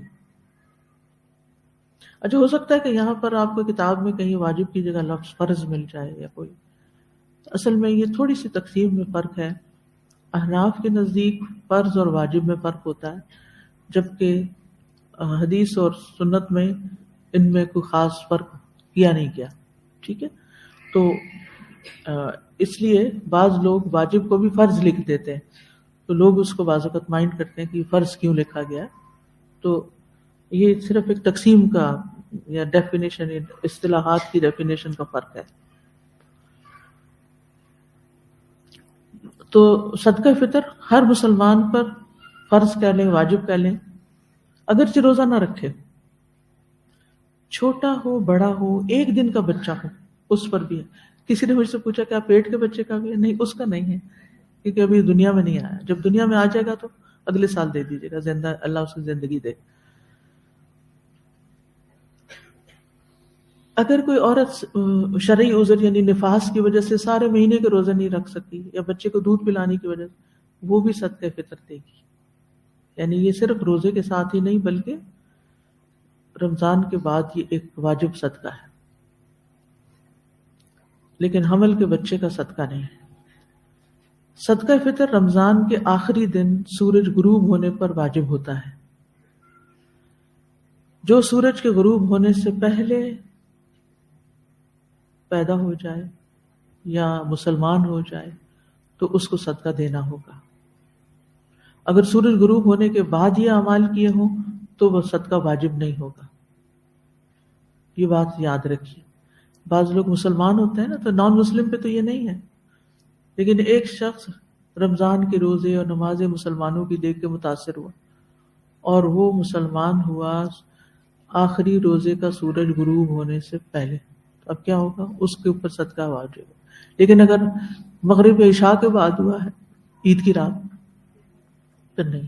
بچہ بھی اگر اس کے بعد پیدا ہو تو پھر نہیں.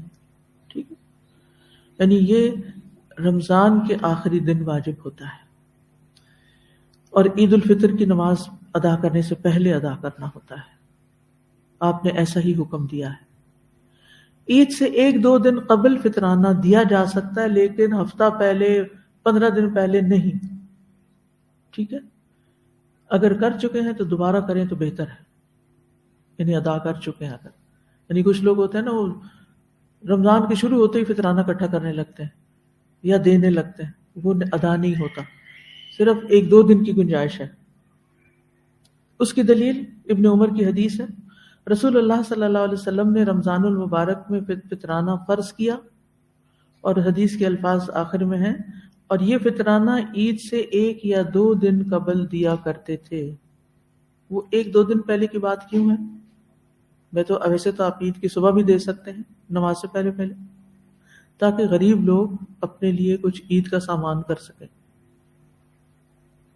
اگر کسی وجہ سے ادائیگی نہیں ہو سکی، فطرانہ ادا نہیں ہو سکا، تو استغفار لازم ہے، استغفار کرنا ہوگا، کیونکہ ایک واجب چیز چھوٹ گئی. تاخیر سے بھی، تاخیر کی وجہ سے بھی توبہ استغفار کرنی ہوگی، اور ساتھ وہ صدقہ فقراء کو دینا ہی ہوگا. یعنی وہ تو واجب ہے نا، وہ تو دینا ہی ہے. وقت گزر گیا، توبہ کر لیں اور دے دیں وہ صدقہ. ابن عثیمین رحمہ اللہ سے سوال کیا گیا کہ میں نے فطرانہ ادا نہیں کیا کیونکہ عید کا اعلان اچانک ہوا تھا، اور عید الفطر کے بعد میں پوچھ ہی نہیں سکا کہ فطرانہ نماز کے بعد ادا کر دوں یا نہیں. اب میں کیا کروں؟ کیا فطرانہ مجھ سے ساقط ہو گیا یا ادائیگی ضروری ہے، اور اس کی حکمت کیا ہے؟ ان کا جواب تھا، فطرانے کی ادائیگی فرض ہے.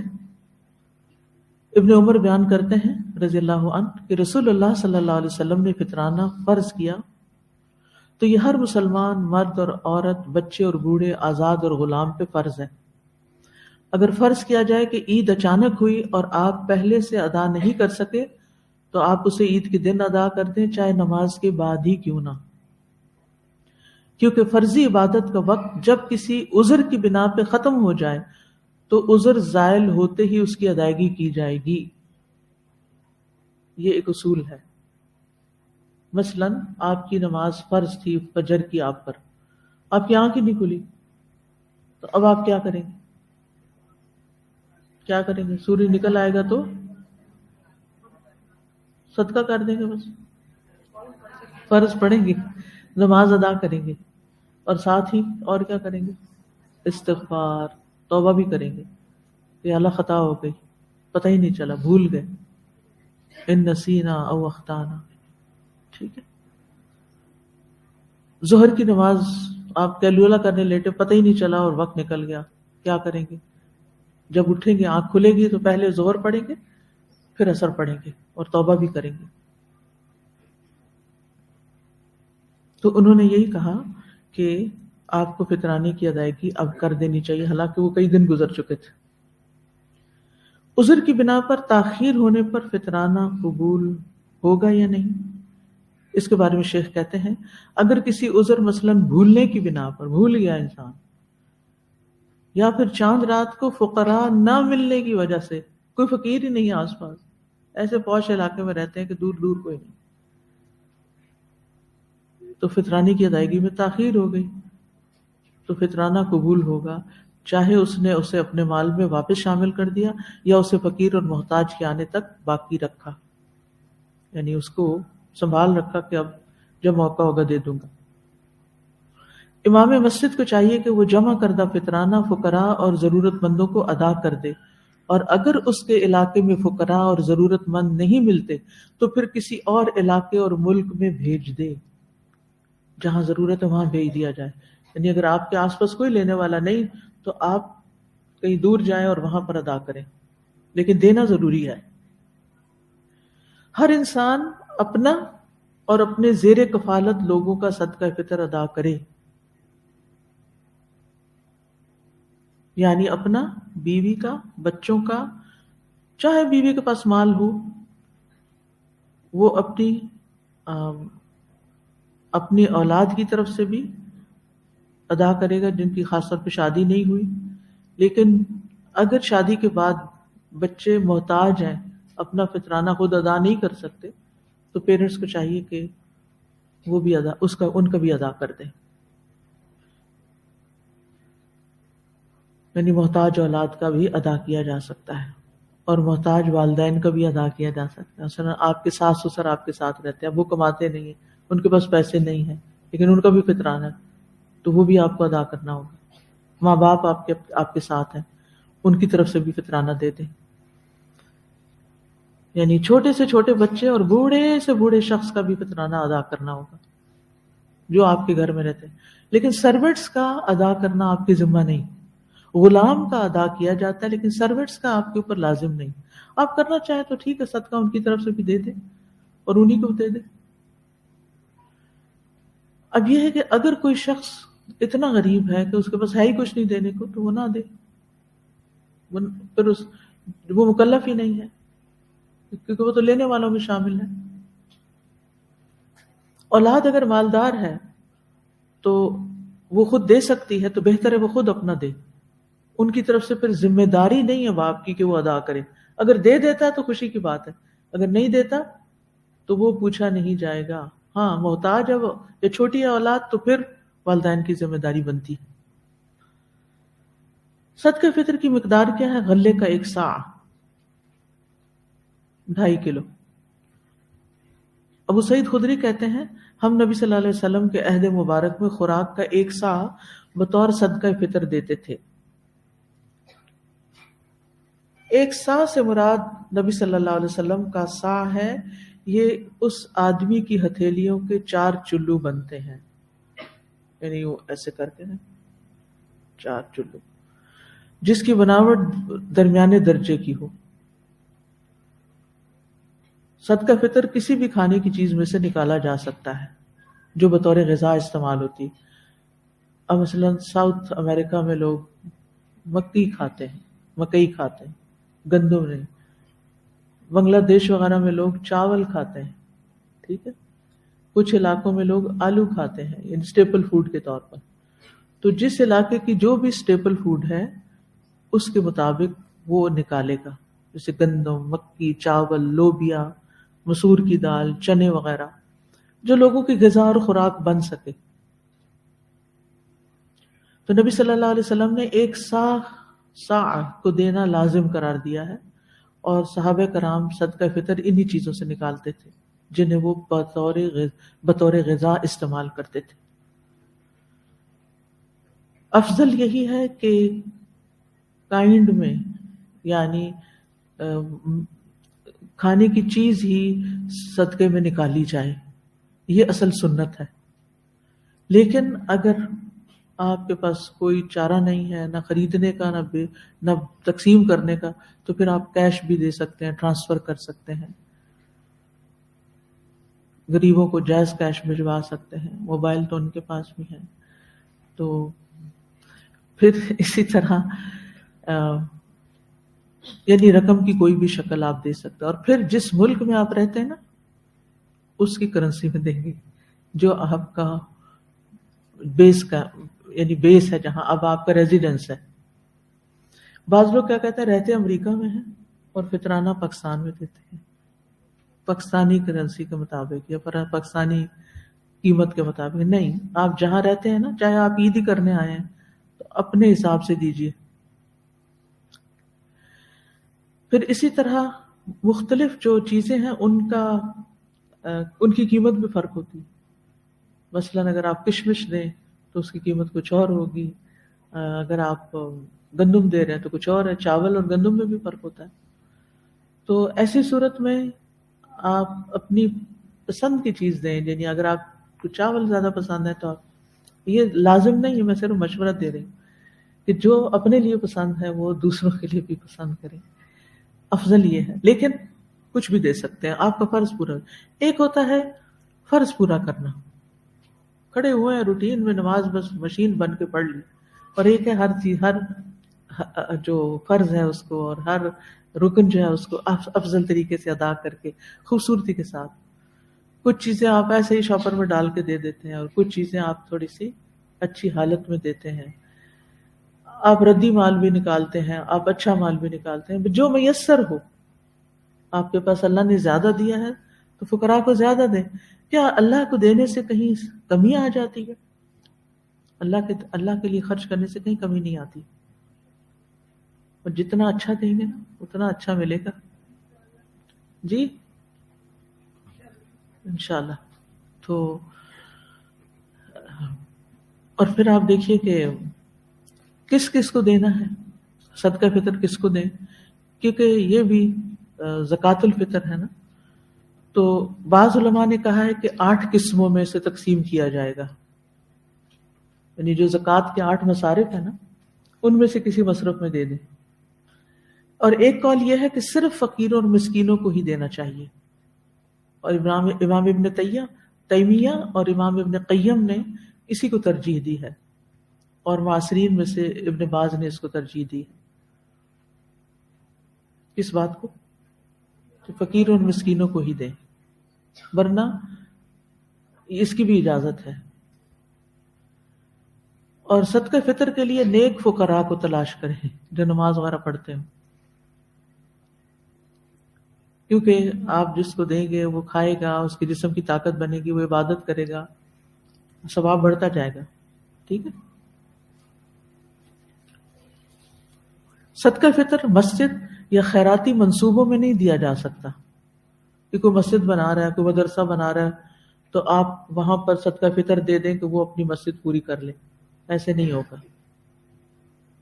اسی طرح ایک کا صدقہ 3-4 لوگوں میں بھی بانٹا جا سکتا ہے، اور پورے گھرانے کا صدقہ ایک بندے کو بھی دیا جا سکتا ہے۔ ٹھیک، یعنی سارے گھر والوں کا صدقہ ایک غریب کو بھی دے سکتے ہیں، اور اپنا ایک کا صدقہ 10 غریبوں کو بھی تھوڑا تھوڑا دے سکتے ہیں، یعنی اس میں وسعت ہے۔ اور دوسرے علاقے میں بھی بھیج سکتے ہیں اگر آپ کے علاقے میں کوئی محتاج نہ ہو۔ لیکن پھر کرنا کیا ہے، کب بھیج سکتے ہیں؟ جب آپ کو قریب سے کوئی نہ ملے پھر بھیج سکتے ہیں۔ اور اگر آپ کے نیکسٹ ڈور کوئی صدقہ لینے والا بیٹھا ہے، بیچارہ غریب دیکھ رہا ہے، اور وہ اپنے سرونٹ کوارٹر کی ونڈو سے دیکھ رہا ہے کہ غریب آ رہے ہیں، لے کے جا رہے ہیں تھیلے بھر بھر کے، اور اس کو کچھ بھی نہیں مل رہا، تو یہ زیادتی ہوگی۔ پہلے اس کا گھر بھرے، پھر اوروں کو دے۔ تو یہ تھے صدقہ فطر کے چند مسائل. اگر آپ کے ذہن میں کوئی چیز، کوئی سوال ہو تو آپ کر سکتے ہیں، ورنہ میں چونکہ اب تفسیر شروع کرنے کا وقت نہیں ہے، ٹائم کم رہ گیا، تو میں شوال کے روزوں کے اوپر بات کروں گی. لیکن آپ اگر فطرانے کے بارے میں یا عید کے بارے میں کوئی سوال کرنا چاہتے ہیں یا کوئی کامنٹ کرنا چاہتے ہیں یا کوئی اچھی سجیشن دینا چاہتے ہیں تو موسٹ ویلکم.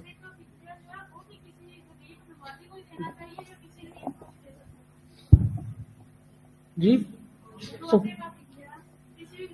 جی ہاں جی، کسی غریب نمازی کوئی دے تو بہتر ہے، لیکن اگر کوئی نہیں ملتا تو ہمیں نہیں پتہ لوگ کون پڑھتا ہے نماز کون نہیں، پھر جو بھی غریب نظر آئے قریب میں سے. السلام علیکم.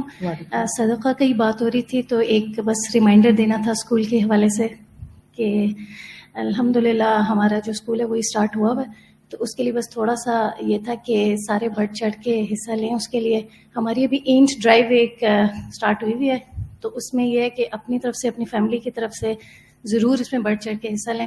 ریزن یہ کہ ہمارے پاس بہت زیادہ اپلیکیشنز ریسیو ہوئی ہوئی ہیں جن کو ہم لوگوں نے معذرت کی ہوئی ہے بہت زیادہ، اور ہر سال ہم کوئی ہزاروں اسٹوڈینٹس کو منع کرتے ہیں جو کہ اسلام کی طرف آنا چاہ رہے ہیں اور اچھی اچھی فیملیز آنا چاہ رہی ہیں، دین کی تعلیم حاصل کرنا چاہ رہے ہیں، اپنے بچوں کو اسلامک اسکول میں پڑھانا چاہ رہے ہیں.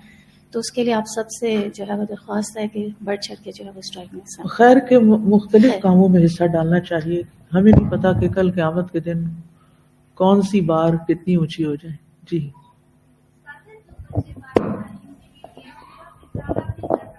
جی، ان کو کہیں وہاں دے دیں. اگر مسجد جو اسلامک سینٹرز ہوتے ہیں وہ بھی فطرانہ اکٹھا کر کے وہیں کے غریبوں کو بانٹتے ہیں، وہاں بھی غریب بہت ہوتے ہیں. وہ ہمیں نہیں، جب ایک کی جاب گئی تو وہ آ گیا غریب کی صف میں، کیونکہ پھر وہ کہاں سے کھائے گا، رینٹ کہاں سے پے کرے گا. تو لوگوں کے حالات بہت برے ہو جاتے ہیں جب ان کی جابس چلی جاتی ہیں. اور آپ کو پتہ ہے کووڈ کے بعد تو حالات اور بھی زیادہ خراب ہوئے. تو اگر باہر پڑھنے گئے ہوئے ہیں تو وہ اپنے ہی وہاں قریبی دیکھیں کہ جو ہر مسجد کچھ نہ کچھ کمیونٹی کے لیے کر رہی ہوتی ہے، تو وہیں سے پہلے معلومات لیں. لیکن اگر دیکھیں کہ کسی ایسے ٹاؤن میں کہ جہاں نہ مسجد ہے نہ کچھ ہے، اور مسجد جانا بھی ممکن نہیں ہے، اور کوئی مسلمان بھی ایسے نہیں ہے کیونکہ مسلمانوں کو ہی دیا جاتا ہے یہ فطرانہ، تو پھر اس صورت میں بیک ہوم بھیج دیں. جی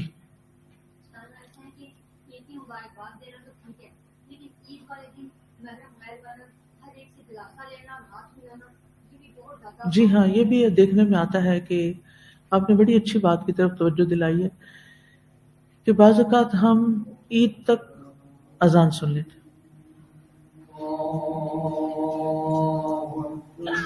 اللہ اکبر اللہ اکبر.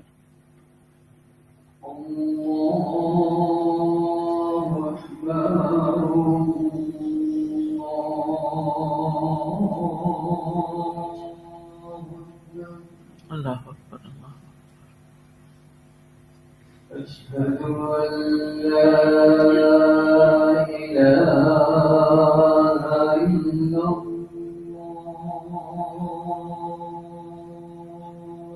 اشهد ان لا الہ أشهد أن لا إله إلا الله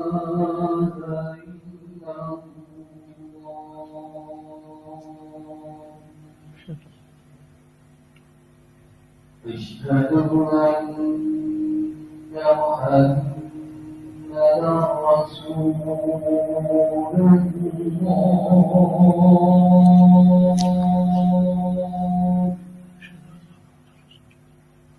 أشهد أن محمدا رسول الله اشهد ان رسول حي على لا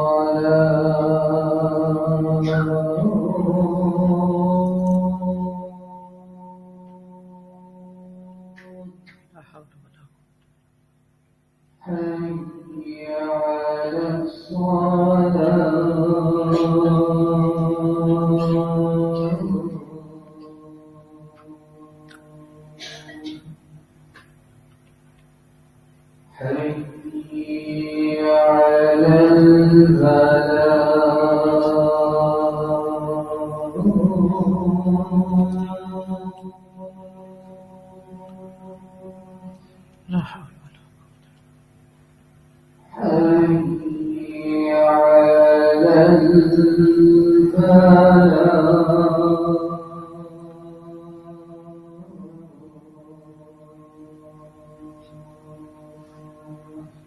حول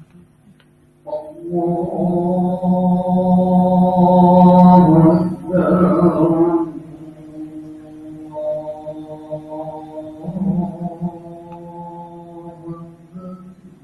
أكبر.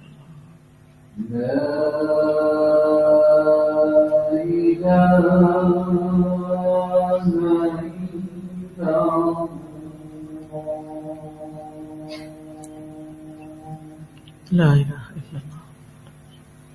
اللهم رب هذه الدعوة التامة والصلاة القائمة آت محمدا الوسيلة والفضيلة وابعثه مقاما محمودا الذي وعدته. اللهم إني أعوذ بك أن أشرك بك وأنا أعلم وأستغفرك لما لا أعلم. اللهم إني أعوذ بك من الفقر والقلة والذلة وأعوذ بك من أن أظلم أو أظلم. اللهم أحسن عاقبتنا في الأمور كلها وأجرنا من خزي الدنيا وعذاب الآخرة.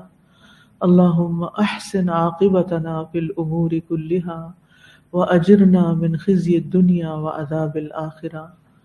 اللهم إنا نعوذ بك من جهد البلاء ودرك الشقاء وسوء القضاء وشماتة الأعداء. اللهم إنا نعوذ بك من الهم والحزن والعجز والكسل والجبن والبخل ودلع الدين وغلبة الرجال. اللهم إني أعوذ بك من زوال نعمتك وتحول عافيتك وفجاءة نقمتك وجميع سخطك.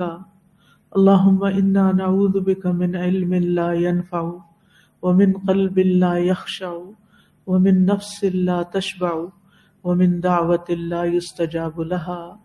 اللهم إنا نعوذ بك من يوم السوء ومن ليلة السوء ومن ساعة السوء ومن صاحب السوء ومن جار السوء في دار المقامة. اللهم اغفر لي خطيئتي وجهلي وإسرافي في أمري وما أنت أعلم به مني. اللهم اغفر لي هزلي وجدي وخطئي وعمدي وكل ذلك عندي. اللهم إنا نسألك من الخير كله عاجله وآجله ما علمنا منه وما لم نعلم ونعوذ بك من الشر كله عاجله وآجله ما علمنا منه وما لم نعلم. اللهم إنا نسألك من خير ما سألك عبدك ونبيك ونعوذ بك من شر ما عاذ به عبدك ونبيك. اللهم إنا نسألك الجنة وما قرب إليها من قول أو عمل ونعوذ بك من النار وما قرب إليها من قول أو عمل ونسألك أن تجعل كل قضاء قضيته لنا خيرا. اللهم إنا نعوذ بك من البخل ونعوذ بك من الجبن ونعوذ بك أن نرد إلى أرذل العمر ونعوذ بك من فتنة الدنيا ونعوذ بك من عذاب القبر. اللهم إنا نعوذ برضاك من سخطك وبمعافاتك من عقوبتك ونعوذ بك منك لا أحصي ثناء عليك أنت كما أثنيت على نفسك. اللهم اغفر لنا ما قدمنا وما أخرنا وما أسررنا وما أعلنا وما أسرفنا وما أنت أعلم به منا. أنت المقدم وأنت المؤخر لا إله إلا أنت. ربنا تقبل منا إنك أنت السميع العليم وتب علينا إنك أنت التواب الرحيم. آج ہم صلی اللہ تعالی علی خیر خلقہ اصل سے شروع کر لیں وعلی آلہ واصحابہ واہل بیتہ اجمعین برحمتک یا ارحم الراحمین. عید کا انہوں نے جو بات کی ہے وہ یہ کہ سارا ماہ ہم رمضان کے روزے رکھتے ہیں، حرام چیزوں سے بچتے ہیں، گناہ کے کاموں سے بچتے ہیں، لیکن عید کے دن بہت سی نافرمانیاں شروع کر دیتے ہیں. ڈے 1 سے ہی چلے ٹھیک ہے پھر شیطان کے پھندے میں آ جاتے ہیں، منا لیتے ہیں. اور اس میں خاص طور پر جیسے عیدگاہ جاتے ہوئے ہم زینت والا لباس پہنتے ہیں، میک اپ کرتے ہیں، خوشبو لگا کے نہ جائیں. کیونکہ مسجد میں یا عیدگاہ میں خوشبو لگا کے جانا جو ہے وہ ایک کبیرہ گناہ ہے. نبی صلی اللہ علیہ وسلم نے اس سے سختی سے منع کیا ہے، اور یعنی ایسی عورت کو یعنی اچھا نہیں سمجھا گیا. تو آپ اس چیز کا ضرور اہتمام کریں.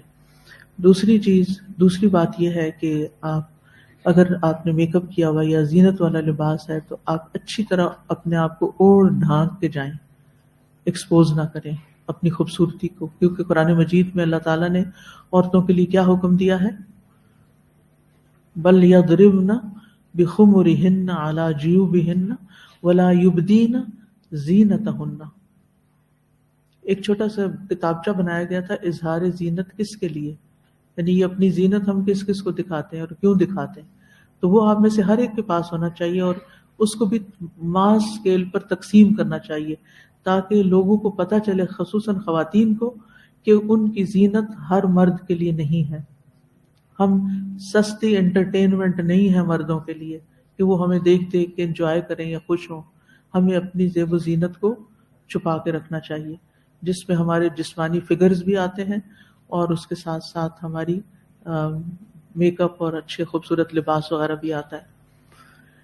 پھر اسی طرح بعض اوقات فیملیز چونکہ ملتی ہیں تو بعض اوقات یہ ہوتا ہے کہ جو فیملی کے نامحرم مرد ہوتے ہیں ان کے سامنے ہم زینت کے ساتھ چلے جاتے ہیں. ٹھیک ہے، اگر آپ کے گھر میں وہ آئے ہیں تو پھر آپ کا میک اپ اور آپ کا جیولری اور آپ کی یہ سب شان بان نظر نہیں آنی چاہیے. اگر آپ چہرے کا پردہ نہیں بھی کر پاتے تو کم از کم آپ کے بالوں میں سے ایک بال نظر نہ آئے، آپ کی تھوڑی کے نیچے کی گردن نظر نہ آئے، آپ کے کھلے بازو نظر نہ آئے، آپ کے ٹخنے اور تنگ پجامہ اور جسم کی شیپ نظر نہ آئے. یعنی اس چیز کو آپ ضرور میک شور کریں. پھر بعض خاندانوں میں ہاتھ ملانے لگتے ہیں، کزنز آپس میں ہاتھ ملا رہے ہیں، گلے مل رہے ہیں. استغفر اللہ، یعنی جو محرم رشتے نہیں ہیں ان کے ساتھ گلے کیسے ملا جا سکتا ہے؟ جو نامحرم بچہ ہے اس کے سر پہ، اس کے بالوں، اس کے جسم کو آپ کیسے ٹچ کر سکتے ہیں؟ یہ اللہ کی حدود ہیں، ان کو کراس نہ کریں. چاہے کوئی بھی ہو، چاہے دیور کا بچہ ہے، چاہے کزن ہے، چاہے کوئی بھی ایسا رشتہ ہے یا کسی دوست کا بچہ ہے. کیونکہ بعض بچے ہماری آنکھوں کے سامنے بڑے ہوتے ہیں، پھر جب وہ بڑے ہو جاتے ہیں ہمیں پھر بھی وہ بچہ لگتے ہیں. ٹھیک ہے، ان کے ساتھ ایک الگ طرح کا انس ہوتا ہے، لیکن اللہ کی حدود تو اللہ کی حدود ہے نا، انہیں ہم نے نہیں توڑنا، نہ ہم نے خود توڑنا ہے اور نہ دوسروں کے لیے ہم نے کوئی بری مثال بننا ہے. پھر اسی طرح بعض اوقات کھانے پینے میں اتنی مشغولیت ہو جاتی ہے کہ نمازیں لیٹ ہونا شروع ہو جاتی ہیں، بعض لوگوں کی قضا ہونی شروع ہو جاتی ہے. تو سارا رمضان محنت کرنے کے بعد اگلے ہی دن ہر چیز پہ پانی پھیرنا ہے، تو ان چیزوں کا بہت لحاظ رکھیں. جی آپ.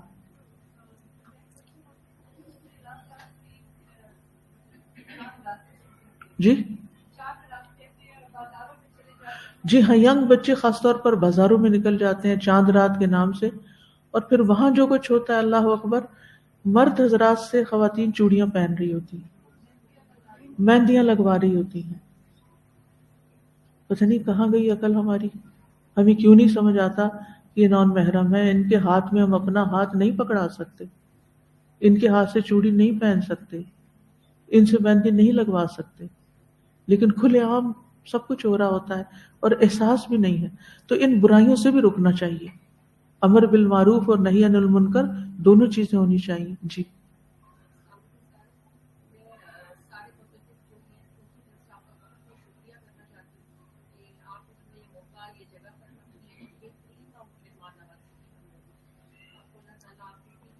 اللہ تعالیٰ سارے منتظمین کو بہترین جزائے خیر دے. اور میں خود عملی طور پہ کچھ کر نہیں سکی، لیکن ڈیلی کی میں رپورٹ ضرور لیتی رہی ہوں اور پوچھتی رہی ہوں حال احوال اور فیڈ بیک، تاکہ ہم سب کو ایز اے ٹیم اگلے سال اس کو مزید امپروو کرنے کا موقع ملے انشاءاللہ. الحمدللہ، شاید اسی لیے میں عمرے پر نہیں گئی اس سال، کہ آپ لوگوں کے ساتھ، اعتکاف والوں کے ساتھ میں نے ٹائم سپینڈ کرنا تھا ڈیلی. الحمدللہ الحمدللہ. بس میں نے جتنی دفعہ استخارہ کیا جانے کے لیے دل نہیں مانا. تو الحمدللہ اسی میں خیر ہوگی. جی میں شوال کے روزوں پہ آ رہی ہوں. میں نے سوچا کہ آپ لوگ مجھے عید کے بارے میں کوئی مزید میری معلومات میں اضافہ کرنے والے ہیں، لیکن موضوع چینج ہو گیا. جی اور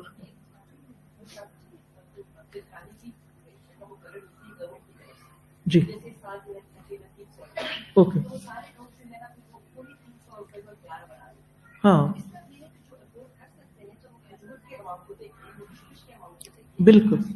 جی گورنمنٹ کی طرف سے جو اماؤنٹ مقرر ہوتی ہے نا وہ ایک بیئر منیمم کے جو سب پے کر سکیں، لیکن اگر اللہ نے آپ کو وسعت دی ہے تو آپ ضروری نہیں کہ 2.5 کلو آٹے کی قیمت ہی دیں، آپ جو یا کشمش یا کھجور یا اسوں کی بھی دے سکتے ہیں، یا پھر یہ کہ وہ اناج. اچھا افضل یہی ہے نا کہ ہم راشن دیں لوگوں کو، چاول آٹا یعنی کھانے پینے کی چیزیں دیں، یہ افضل ہے اگرچہ پیسے دے سکتے ہیں. لیکن اب ہوتا کیا ہے کہ لوگ فوراً جب میں کسی کو یہ کہتی ہوں تو وہ کہتے ہیں کہاں سے لیں کہاں دیں. بھئی آپ اپنے لیے کہاں سے لیتے ہیں؟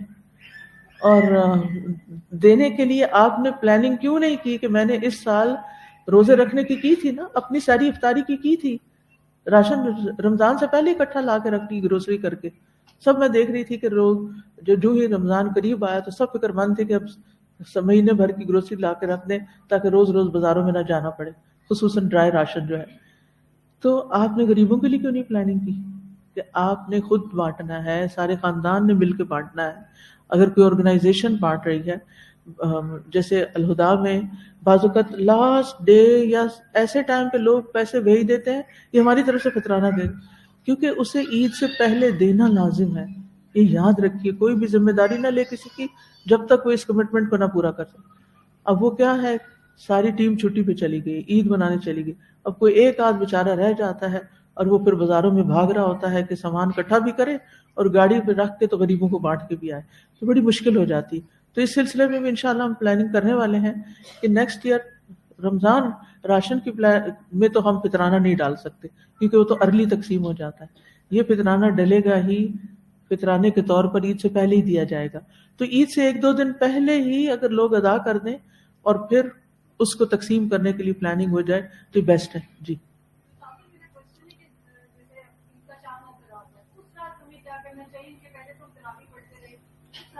اس رات تہجد پڑھے روٹین کے، اور کوئی خاص عبادت نہیں ہے. اچھا سوال تھا آپ کا، کیونکہ لوگوں نے چاند رات کی عبادتیں بھی بنائی ہوئی ہیں. اس سلسلے میں کوئی چیز اوتھینٹک نہیں ہے، لیکن آپ نے قیام کر کر کے تہجد کی عادت ڈالی نا، اس کو عید والی رات ختم نہ کر دیں، وہ کریں. جی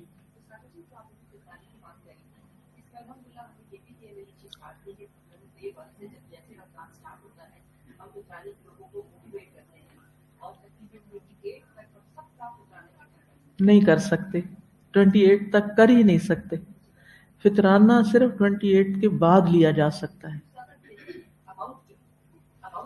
دینے والا بھی جب ہی نکالے گا.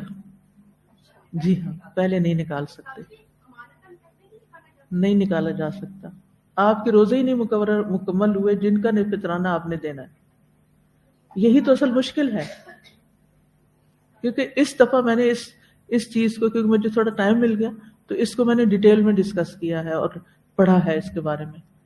یعنی وہ صرف ادا ہی اس وقت ہوگا جب آپ دیں گے، اس وقت نکالیں گے، اس وقت 2 دن پہلے تک بس نکال سکتے ہیں. اگر ہفتہ پہلے نکالا دوبارہ نکالیں. رمضان راشن تو رمضان سے پہلے بھی نکال سکتے ہیں، اس کا کوئی دیکھیں، یہ تو ہم نے خود بنایا ہوا نا، رمضان راشن ہم نے بانٹنا ہے، یہ ہمارے اوپر کوئی قرآن و سنت سے پابندی نہیں ہے، الا یہ کہ وَيُطْعِمُونَ الطَّعَامَ عَلَىٰ حُبِّهِ کہ اس کے کیٹیگری میں آتا ہے. وہ رمضان سے پہلے دے آپ رمضان راشن رمضان کے پہلے عشرے میں دیں، دوسرے میں دیں، تیسرے میں دیں، عید کے دن، وہ اس سے کوئی فرق نہیں پڑتا. لیکن جو فطرانہ ہے وہ آپ 28 روزے کو یا 27 میکسیمم، کیونکہ 29 کے بھی روزے پورے ہو سکتے ہیں، تو 1-2 دن پہلے ہی نکال سکتے ہیں. جی اب دوبارہ دے دیں نا، کیا فرق پڑتا ہے. یہ بھی ایک اور غلط فہمی ہے کہ زکوٰۃ میں ایڈجسٹ کریں گے. زکوٰۃ میں آپ نہیں ایڈجسٹ کر سکتے. ایک بات زکوٰۃ کے معاملے میں یاد رکھیے، زکوٰۃ سال گزرنے پر دی جاتی ہے. مثلا آپ کی زکوٰۃ ذوالحجہ میں ڈیو ہے، آپ دے رہے ہیں رمضان میں، رمضان اور ذوالحجہ کے بیچ میں ڈالر کی قیمت ڈبل ہو گئی مثلا، اللہ نہ کرے، لیکن ہو گئی. اب آپ نے $10,000 سیو کر کے رکھے ہوئے تھے جن پہ آپ نے زکوٰۃ دینی تھی، آپ نے تو پہلے ہی دے کے رمضان میں فارغ ہو گئے، اور یہ جو بعد کے مہینے ابھی رہتے تھے جب ڈیو ڈیٹ پہ آپ کی زکوٰۃ تو کچھ اور بنتی تھی، وہ آپ نے مارجن پے ہی نہیں کیا کہ میں تو دے چکی ہوں رمضان میں، ارلی دے چکی ہوں. بھائی نہیں، آپ جس تاریخ کو آپ کی زکوٰۃ ڈیو ہے اس دن کی سونے اور ڈالر کی ریٹ معلوم کریں اور اس دن بیٹھ کے کیلکولیٹ کریں اور پھر نکالتے ہوئے نیت کریں کہ میں یہ زکوٰۃ پے کر رہی ہوں، تب زکوٰۃ ادا ہوتی ہے. ایسے نہیں ہوتی وہ میں نے غریب کو صدقہ وہ دیا تھا قرضہ اور اس نے کیا نہیں مجھے واپس، اب میں نے اس کو زکوٰۃ میں کاؤنٹ کر لیا. نو، ایسے نہیں کاؤنٹ ہوتا. جی، یعنی کس کی ڈیٹ یاد نہ ہو؟ جس دن آپ نے گولڈ پہنا تھا شادی کے دن اور آپ کو چوڑیاں ملی تھی اور آپ نے ابھی تک رکھی ہوئی ہیں لاکر میں، نکالی نہیں ہے، تو آپ وہ ڈیٹ دیکھ لیں اس دن ہجری کیلنڈر کی کون سی ڈیٹ تھی. جی، چاہے 50 سال ہوں، بالکل پتہ چلتا ہے. ایسی جنتریاں ہیں تو 50 سال پہلے کی بھی ڈیٹ آپ کو پتہ چل جائے گی کہ 7 اپریل کو آپ کی شادی ہوئی تھی تو اس دن ہجری کیلنڈر کی کون سی ڈیٹ تھی، اور اس کے ساتھ سال بنائیں کتنے سال گزرے.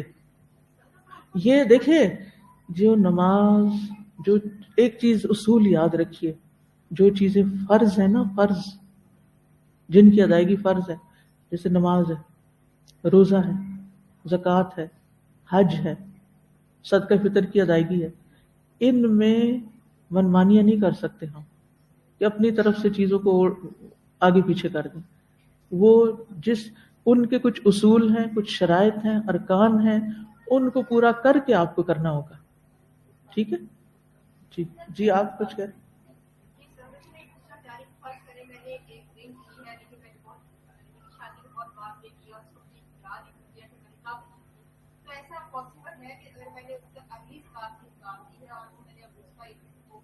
خالی اکیلی رنگ کے تو زکوٰۃ نکالتے بھی نہیں نا، وہ تو جو آپ کے پاس آلریڈی سب گولڈ ہے اس میں ڈال کے نکالیں گے. ٹھیک ہے، ہاں، اس کے ساتھ ہی نکلے گی.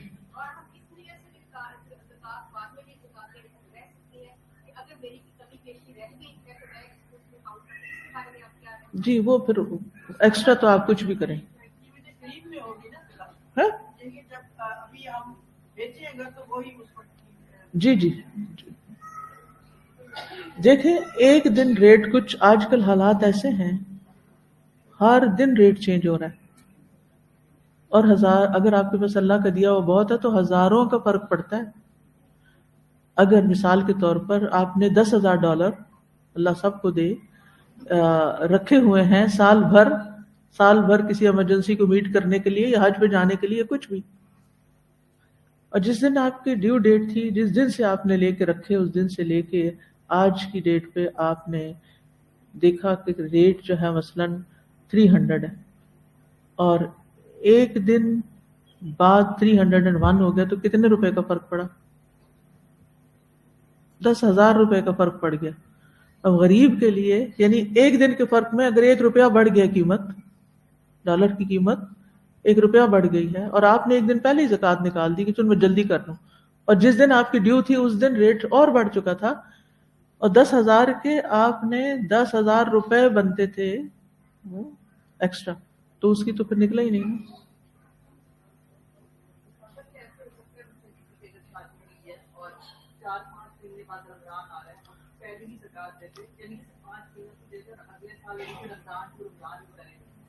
ایسے نہیں ہو سکتا.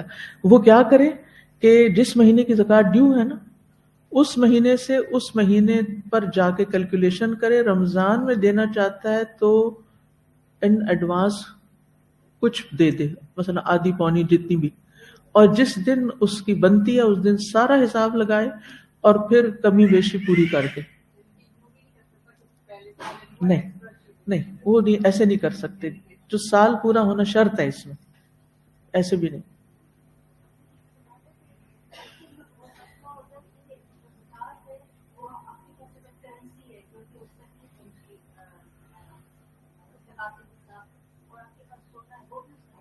ہر ایک کا الگ الگ نصاب ہے.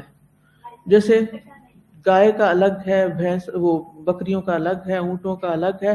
اب یہ نہیں ہو سکتا کہ کچھ گائے ہیں، کچھ بھینسیں ہیں، کچھ بکریاں، سب کو ملا کے ایک نصاب بنا لیں. تو تھوڑی سی چاندی ہے، تھوڑا سا سونا ہے، تھوڑے سے پیسے ہیں، ان کو ملا لیں. نہیں، ہر ایک کا الگ بنے گا نصاب.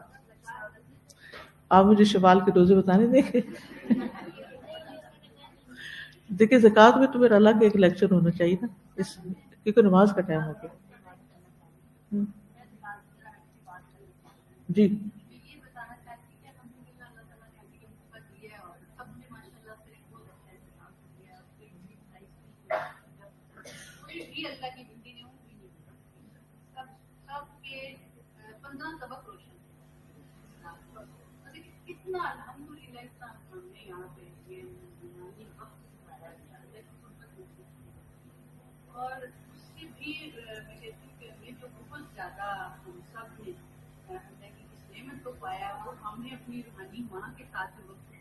الحمد للہ.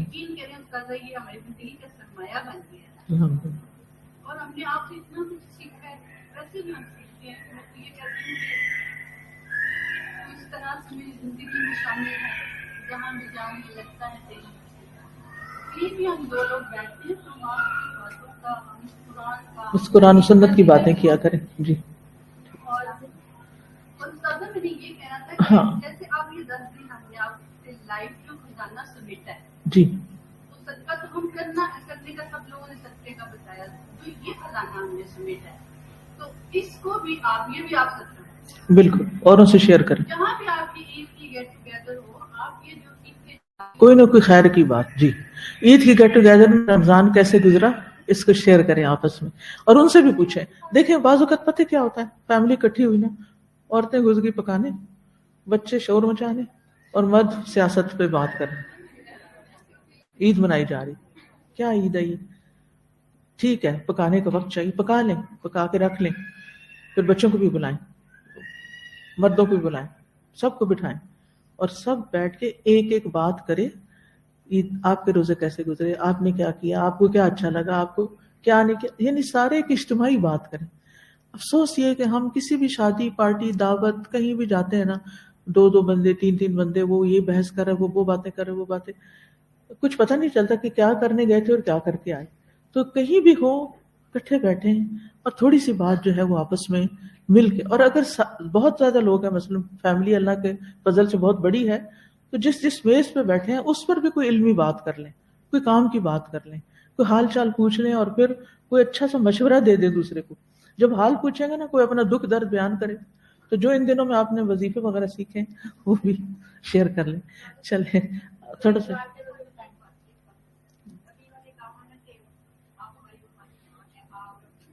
ٹھیک.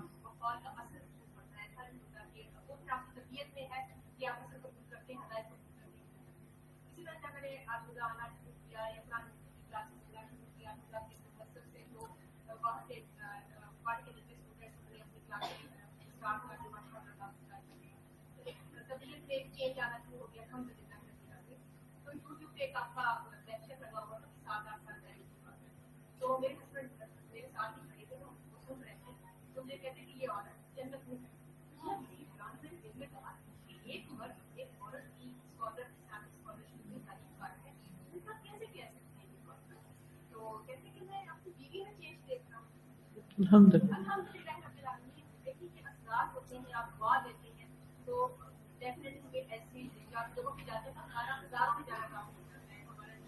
بالکل. آپ دیکھیے کہ اگر عید کے موقع پر جیسے بھی حالات ہو، آپ اگر اچھے اخلاق کا مظاہرہ کر دیں گے نا، اس وقت نہ آپ سروٹس کو ڈانٹیں گے، نہ آپ اپنے بچوں کو ڈانٹیں گے، عید کا دن خوبصورتی سے گزاریں گے. تو یہ اصل وہ چینج جو آپ نے اعتکاف سے لیا یا رمضان سے لیا نا، یعنی ہمارے اندر اتنا اسٹیمنا تو بن ہی جانا چاہیے نا روحانی طور پر، کہ ہمارے اندر برداشت پیدا ہو جائے.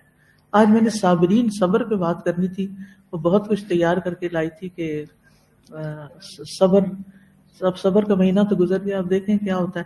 اگر اللہ نے کل کا دن ہمیں بونس میں دے دیا تو کچھ باتیں کروں گی انشاءاللہ تعالی. تھوڑا سا ٹائم زیادہ بھی لینا پڑا تو لے کے تھوڑی سی باتیں کروں، لیکن عید کی تیاری پہلے کر کے آئے.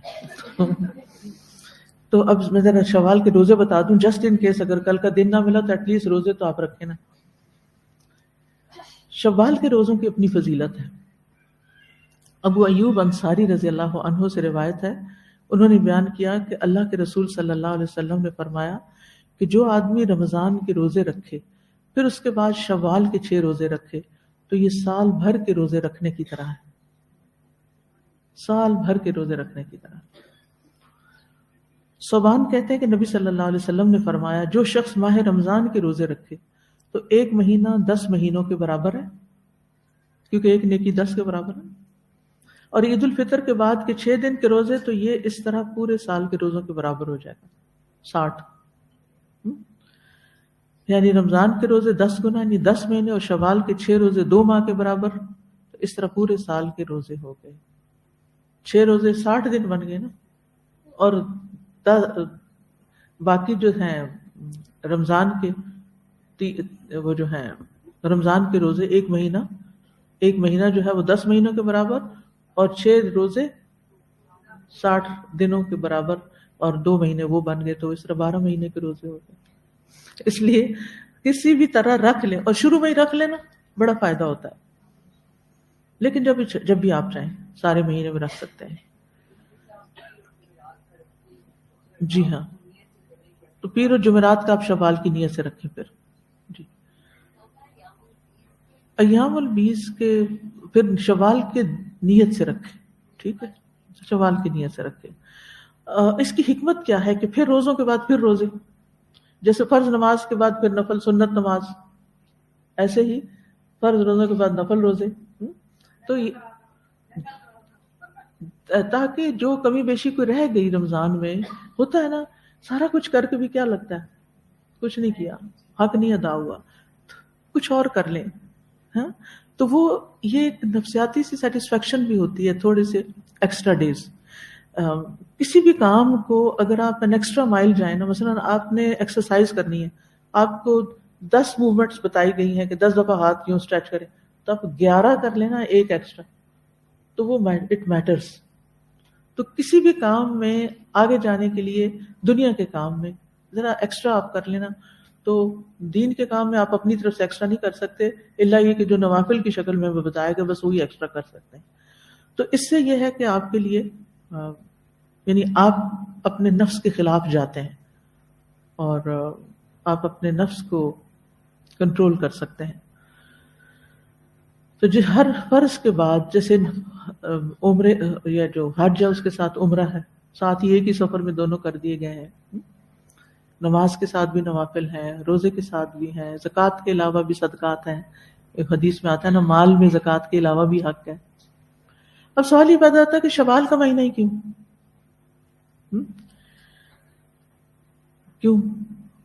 کیونکہ ابھی لوگ مانوس ہوتے ہیں نا روزوں سے، اور شوال میں روزے رکھنا آسان ہوتا ہے، اور یہ بالکل سچی بات ہے، جتنا مجھے آسان شوال میں روزے رکھنا لگتا ہے باقی مہینوں میں نہیں لگتا، باقی مہینوں میں دور ہو جاتے ہیں نا اس سے، تو پھر مشکل ہو جاتی۔ اچھا، ایک سوال یہ کیا جاتا ہے کہ کیا یہ مسلسل 6 روزے ہم رکھیں، یا ہم ایک دن رکھ کے پھر ایک دن نہ رکھیں، یا ہم ہر پیر جمعرات کا رکھ لیں، یا ہم ایام بیض کے روزوں میں رکھ لیں۔ تسلسل شرط نہیں ہے، لیکن اگر کوئی تسلسل سے رکھ لیتا ہے تو بہت اچھا ہے، کوئی حرج نہیں، مگر جتنا جلدی کر لینا اتنا ہی بہتر ہے۔ بعض لوگ آخری دن ڈر رہے ہوتے ہیں ہے کنچار نہ نکل آئے، اس کا میرا ایک روزہ رہتا ہے، تو وہ شک میں پڑنے کی بجائے بہتر ہے پہلے رکھ لیں۔ اب ایک اور بڑا ہی ہاٹ کوشچن ہوتا ہے، وہ ہے کیا قضا روزے پہلے رکھنے ہیں، پیریڈز والے روزے پہلے رکھنے ہیں، یا پھر شوال کے روزے پہلے رکھنے ہیں؟ اصل حکم تو یہی ہے کہ پہلے قضا پوری کی جائے، کیونکہ رسول اللہ صلی اللہ علیہ وسلم نے فرمایا جس نے رمضان المبارک کے روزے رکھے، رمضان پورا کر لیا، رمضان کے اندر چھوٹ گئے تو بعد میں بھی پورے کر لیے، اس کے بعد شوال کے روزے رکھے، یہ حدیث میں آتا ہے، گویا اس نے سارے سال کے روزے رکھے۔ اس سے کیا پتہ چلتا ہے کہ رمضان میں اگر روزے قضا ہو گئے ہیں تو پہلے قضا رکھیں اور پھر شوال کے رکھیں۔ لیکن اگر کوئی مجبوری ہو، مثلا ایک خاتون ہے، اس نے شوال کے رکھنے ہیں، اس نے قضا بھی رکھنے ہیں، اس کو پھر پیریڈز بھی آ جانے، اس کے پاس کتنی آپشن باقی رہ جاتی، اللہ تعالیٰ دیکھتا ہے نا ہمارے حالات، تو پہلے شوال پورا کر لیں اور باقی قضا بعد میں رکھ لیں. کیونکہ حضرت عائشہ کے بارے میں ملتا ہے نا کہ وہ شعبان میں جا کے پورے کر پاتی تھی کچھ مصروفیات کی بنا پر.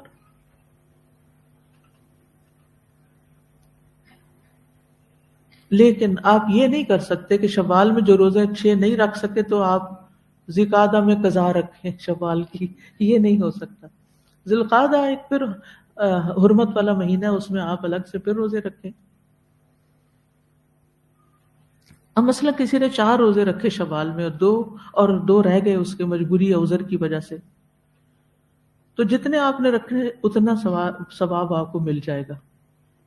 اور اگر کوئی عذر یا بیماری کی وجہ سے آپ نہیں رکھ سکے تو حدیث ہے جب بندہ بیمار ہو جاتا ہے یا سفر میں چلا جاتا ہے تو اللہ سبحانہ و تعالیٰ اس کے لیے وہی عمل لکھتا ہے جو وہ مقیم ہونے کی حالت میں، تندرست ہونے کی حالت میں کیا کرتا تھا. ایک اور سوال کیا جاتا ہے، کیا شوال کے روزے کو فرض روزے کی قضا کی نیت کے ساتھ جمع کیا جا سکتا ہے؟ یعنی آپ قضا بھی رکھیں اور شوال بھی دونوں اکٹھے کر لیں؟ نہیں، یہ نہیں کر سکتے آپ، کیونکہ ایک اصول ہے عبادات میں فرض اور نفل اکٹھا ادا نہیں ہوتا. یہ بس یاد رکھیں تو ہر چیز آسان ہو جائے گی. یعنی آپ رمضان کے روزوں میں نفلی نیت نہیں ساتھ کر سکتے، کوئی رمضان کے فرض ہی ہیں، شوال کے نفلی ہیں تو وہ نفلی ہیں، قضا نہیں ساتھ دے سکتے. ٹھیک ہے، نفل اور فرض یا جو ایسی عبادت ہے جس کی خاص الگ سے ثواب ہے اس کو اکٹھا نہیں آپ کریں گے فرض کے ساتھ. ایام 20 کے روزوں کو کیا ہم شوال کے ساتھ اکٹھا کر سکتے ہیں؟ جی ہاں، کر سکتے ہیں، کیونکہ وہ دن کے اعتبار سے نا کہ ان دنوں میں روزہ رکھنا زیادہ بہتر ہے.